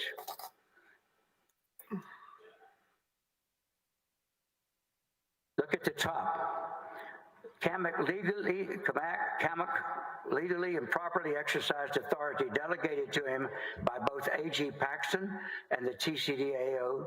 Kamak was designated as outside counsel for OAG by A.G. Paxton, and he was also knowingly appointed as a special prosecutor by the Travis County DA's office. Is that a true or untrue statement?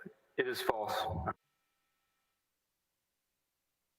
Mr. Paxton did not examine or cross-examine a single thing said by Blake Brickman. Every word he said is unrefuted. Let's look at a quick timeline. I want to remind you that the whistleblowers were all constructively terminated within 45 days of making their report to the Trump FBI. Mr. Paxton last attempted to silence those whistleblowers with his request to the taxpayers that the taxpayers pay $3.3 million in hush money, even when he was specifically asked to justify the use of the money. He declined and refused. And that is why we are here. Mr. Paxton refuses to take any responsibility for abusing the esteemed office that he holds. Let's look at Articles 9 and 10. In exchange for abusing his office to help Nate Paul, Mr. Paxton reaped tangible benefits. What we know is that Nate Paul gave Mr. Paxton's mistress a job so that she could move from San Antonio to Austin to be closer, provided free Uber rides to her apartment. And Nate Paul provided free renovations to Mr. Paxton's Austin home until he was caught. And I'll show you that in just a minute. Look at this next chart. It has a lot of data on it, but just look at the colors for me. This chart is a demonstrative based on Exhibit 700. Exhibit 700. Marked in orange are trips to and from Ms. Olson's residence, which is shown as Exhibit 699.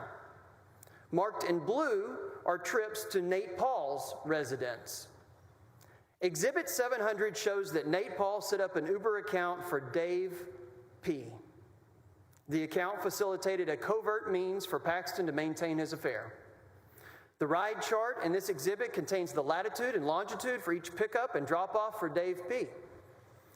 Focus on the rides between July 30th, 2020 and October 2nd, 2020, when the ride suddenly stopped.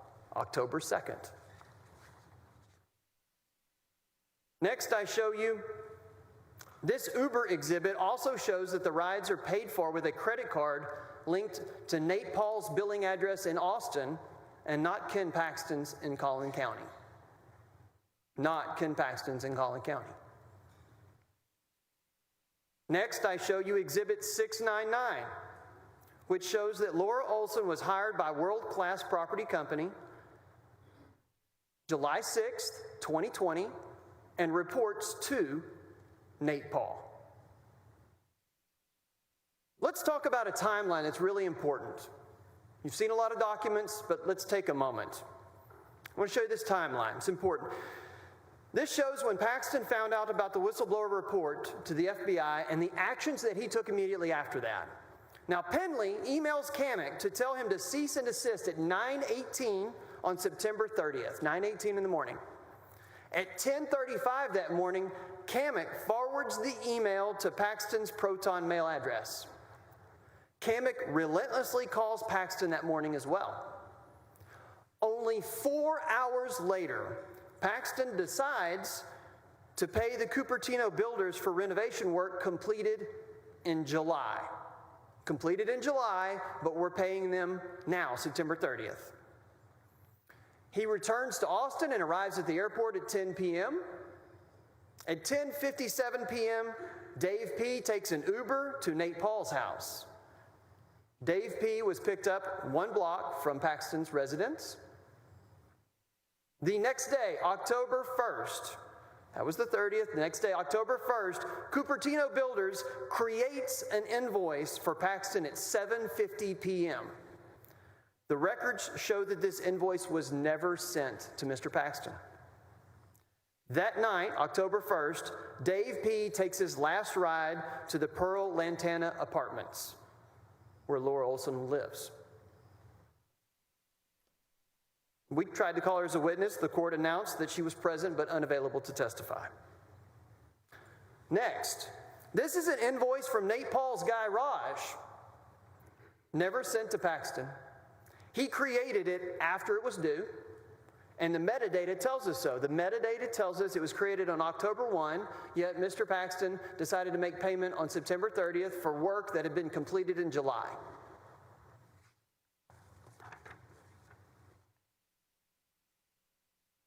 This is Exhibit 703. These are emails. Why does Nate Paul need to know the schedule for the renovations at the Paxton's home in Austin? Why does Nate Paul need 20 photos of the new flooring in the Paxton's home in Austin?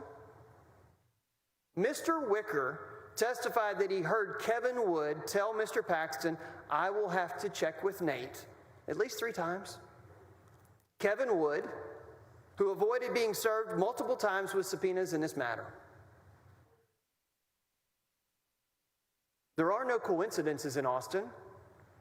Nate Paul was paying for these home renovations until it all got found out. Articles 16 through 20. They charge that Mr. Paxton and Nate Paul's scheme to use the powers of the Office of Attorney General constituted dereliction of duty, made him unfit for office, and abused the public trust. These articles ask the Senate to do exactly what Mr. Paxton's counsel is begging you not to do, to look at the entirety of Mr. Paxton's conduct. And when the Senate does so, there is no reasonable doubt that Mr. Paxton committed the acts set forth in these articles, and that these acts were an abuse of office and a breach of public trust. The witnesses have explained to you that Mr. Paxton conspired with Nate Paul and others to harass and intimidate their perceived enemies. While Mr. Paxton's attorney suggests that there must be some type of overtly stated agreement if people are going to conspire, he also knows there are no coincidences in Austin. Mr. Paxton was using an inordinate amount of the OAG's resources for Nate Paul. Listen in. Well, when the Attorney General kept raising Nate Paul issues of the ones that we've gone through so far and later in the future, do you have any idea how much time or resources that were devoted to dealing with Nate Paul instead of real concerns? We were devoting far more resources to Nate Paul than we ever should have, given the importance of those issues. The burden of proof in this case is beyond a reasonable doubt. Well, what does that mean? It means exactly what the words say. Is there doubt? And is it reasonable? Even though this isn't a criminal trial, Every day in this country, criminal defendants are convicted of crimes beyond a reasonable doubt with much less evidence than you have seen in this trial. We admitted over 3,000 pages of documents and 7 days worth of testimony, and that will all be accessible to you in your deliberations. When we first started our case, it might have been unclear what all the evidence was. And that doubt was reasonable since Mr. Paxton was presumed innocent. But as more evidence came in, the picture became clearer and the doubt faded. The puzzle pieces came together. The law does not require that we exclude all doubt. When we have shown you enough evidence that you can see what the puzzle is showing, that you know what the picture is, then we have met our burden. Now, Mr. Paxton's counsel would urge you that we have to put every piece in the puzzle there for it to be a picture, but that is not what our burden is. The burden is satisfied. Is it a coincidence that Paxton ordered his people to intervene in the Mitty lawsuit when they had already waived intervention? Is it a coincidence that Nate Paul used the midnight opinion to stop a foreclosure sale one day after the opinion was issued? Is it a coincidence that while discussing the Paxton home renovations, Mr. Paxton's contractor told him at least 3 times, "I will have to check with Nate"? Is it a coincidence that Nate Paul gave Ken Paxton's mistress, Laura Olson, a job while Mr. Paxton was doing Nate's bidding? Is it a coincidence that within 45 days of reporting to the Trump FBI, every whistleblower was terminated or constructively discharged? My counsel talked about $25,000 campaign contribution from Nate Paul in 2018. And he told you that Mr. Paxton is a fundraising machine. Well, in our world, that is a good campaign donor. That is a donor that you have a race. The next year you pick up the phone and you call. There should be a campaign donation in 2019. Where is that? There should be a campaign donation in 2020. That is a good donor. Is it a coincidence that there is no longer campaign contributions? There are no coincidences in Austin. Members of the jury, this is the most important choice you have ever faced. In 100 years, it's probably the only vote that anyone will ever talk about in your careers. It will also decide what Texas politics look like, not just to the way cynical people outside this chamber think, but this is about what does public service mean? Public service. To Mr. Paxton, it meant serving himself and his friend Nate Paul. Mr. Paul brought incredible wealth and a lavish lifestyle to the partnership. And Mr. Paxton brought the incredible power of the state. And the defense here isn't that he didn't do it, it's that it doesn't matter because he won the election. You know, Mr. Kinghorn summed it up in his testimony yesterday. The office of the Attorney General of the state of Texas is Mr. Paxton's law firm, and he is the firm's only client. He directs it to serve himself, not the people of Texas. If you vote to condone that, then high office will simply be the most profitable choice for any self-serving crook, and it won't even have to be hidden.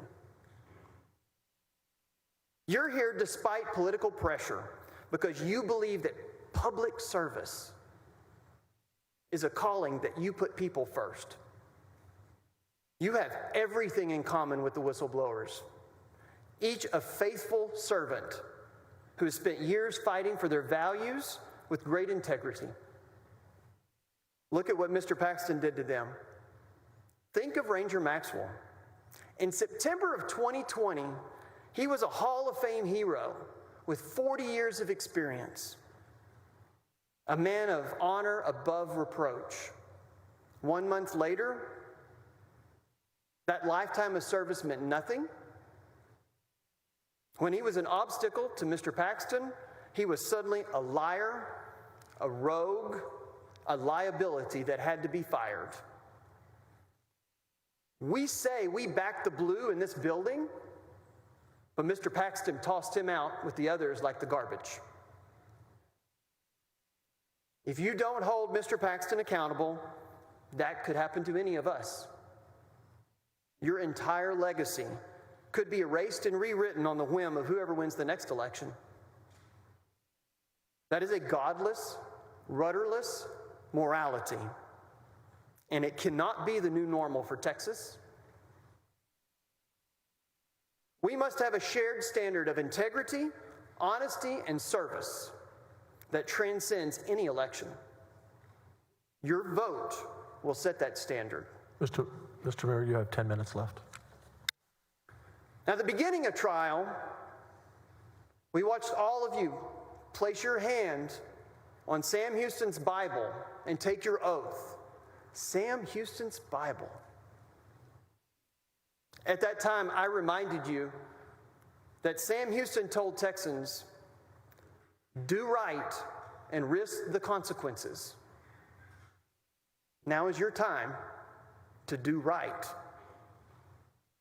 Mr. President.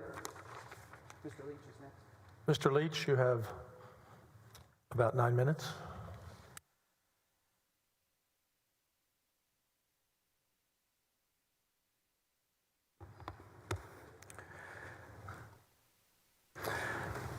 Thank you, Lieutenant Governor, distinguished members of the Senate, my fellow House members, General Paxton, and to the people of Texas.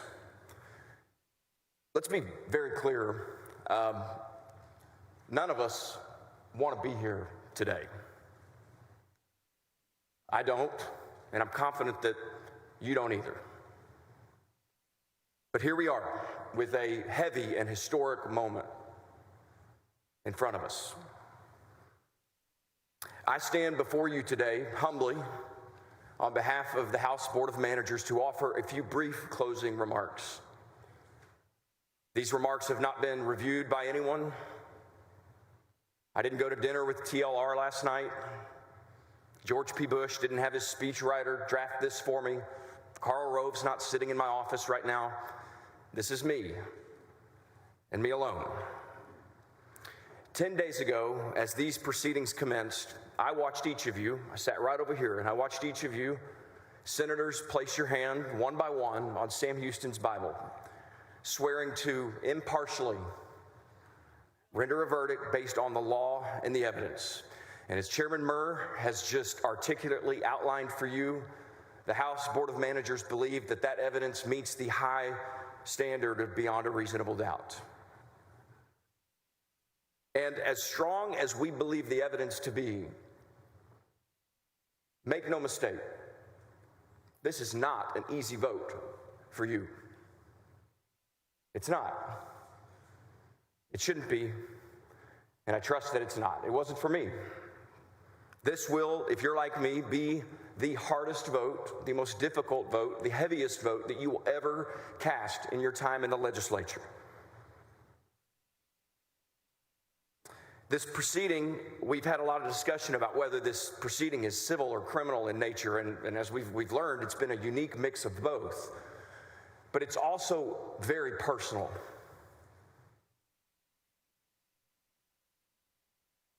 The vote that each of you will cast, I should say the 16 votes that each of you will cast, will be very personal, and they should be. We should treat the heaviness and the historic nature of this moment with the weight that it deserves.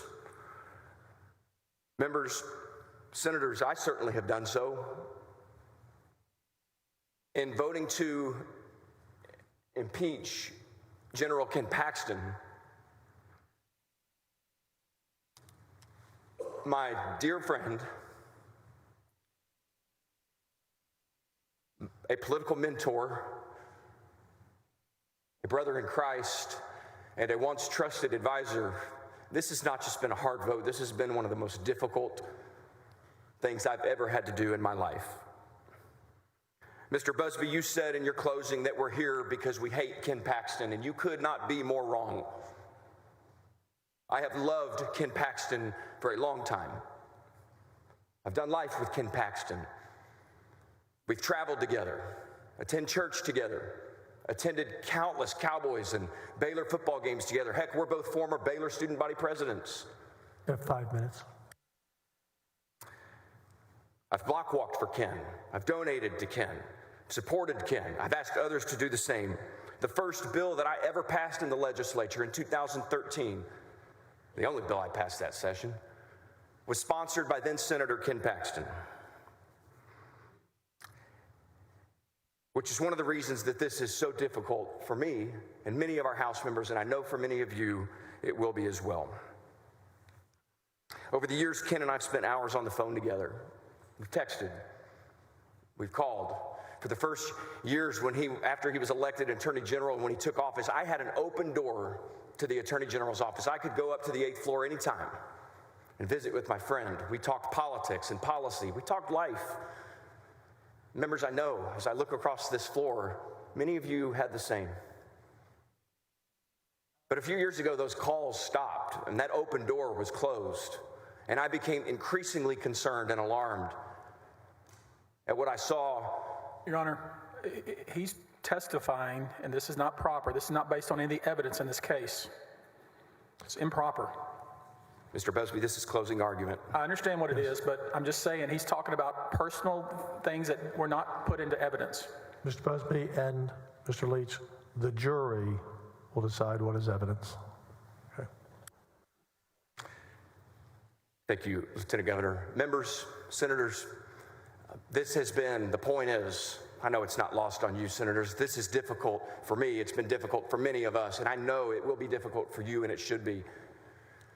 While the law and the evidence is clear, this is a personal vote for you, and it should be. But make no mistake, we shouldn't have to be here. I, like many of you, in response to those concerns, attempted to get answers, to have conversations, to schedule meetings. I called General Paxton in front of our committee 12 times this session, and not once did he appear in front of our committee for answers. And with all due respect to my friend, Mr. Cogdell, we do not, as legislators, have to go through private counsel to have access to a statewide official. Senator Huffman, if you wanted to meet and have Comptroller Hager come in front of your committee, you don't have to go to his private counsel. Senator Creighton, you don't have to contact Mike Morath's private lawyer for him to come in front of your committee. Not once did he come answer questions in public or in private, which is largely one of the reasons that we're here today, because the people of Texas deserve answers, and the legislature, the Senate and the House, expected to get those answers. Members, in closing, I see some of the whistleblowers are here in the gallery this morning. These are men and women of high esteem, character, conservative to the core.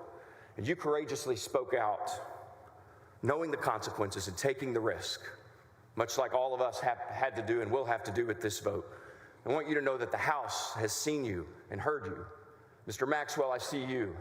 You deserve more than to be ridiculed and mocked on the floor of the Texas Senate. We hear you and we see you. The House has, and I'm confident that the Senate will as well. In closing, one of my favorite quotes is a quote of Martin Luther King. He says that, quote, cowardice asks the question, is it safe? Expedience asks the question, is it politic? And vanity asks the question, is it popular? But conscience asks the question, is it right? And there comes a time for each of us. There will come a time for you, I believe this is it, not to ask yourself what is safe or popular or politic, but what is right. And I believe that it is right, as painful as it might be, for us and for you to vote to sustain the articles of impeachment commended to you by the Texas House of Representatives. It's an honor to serve with each of you. I pray God's grace and favor and his wisdom and discernment over you as you deliberate and vote on this historic matter. May God bless you, senators, and may God bless the people of Texas. Thank you.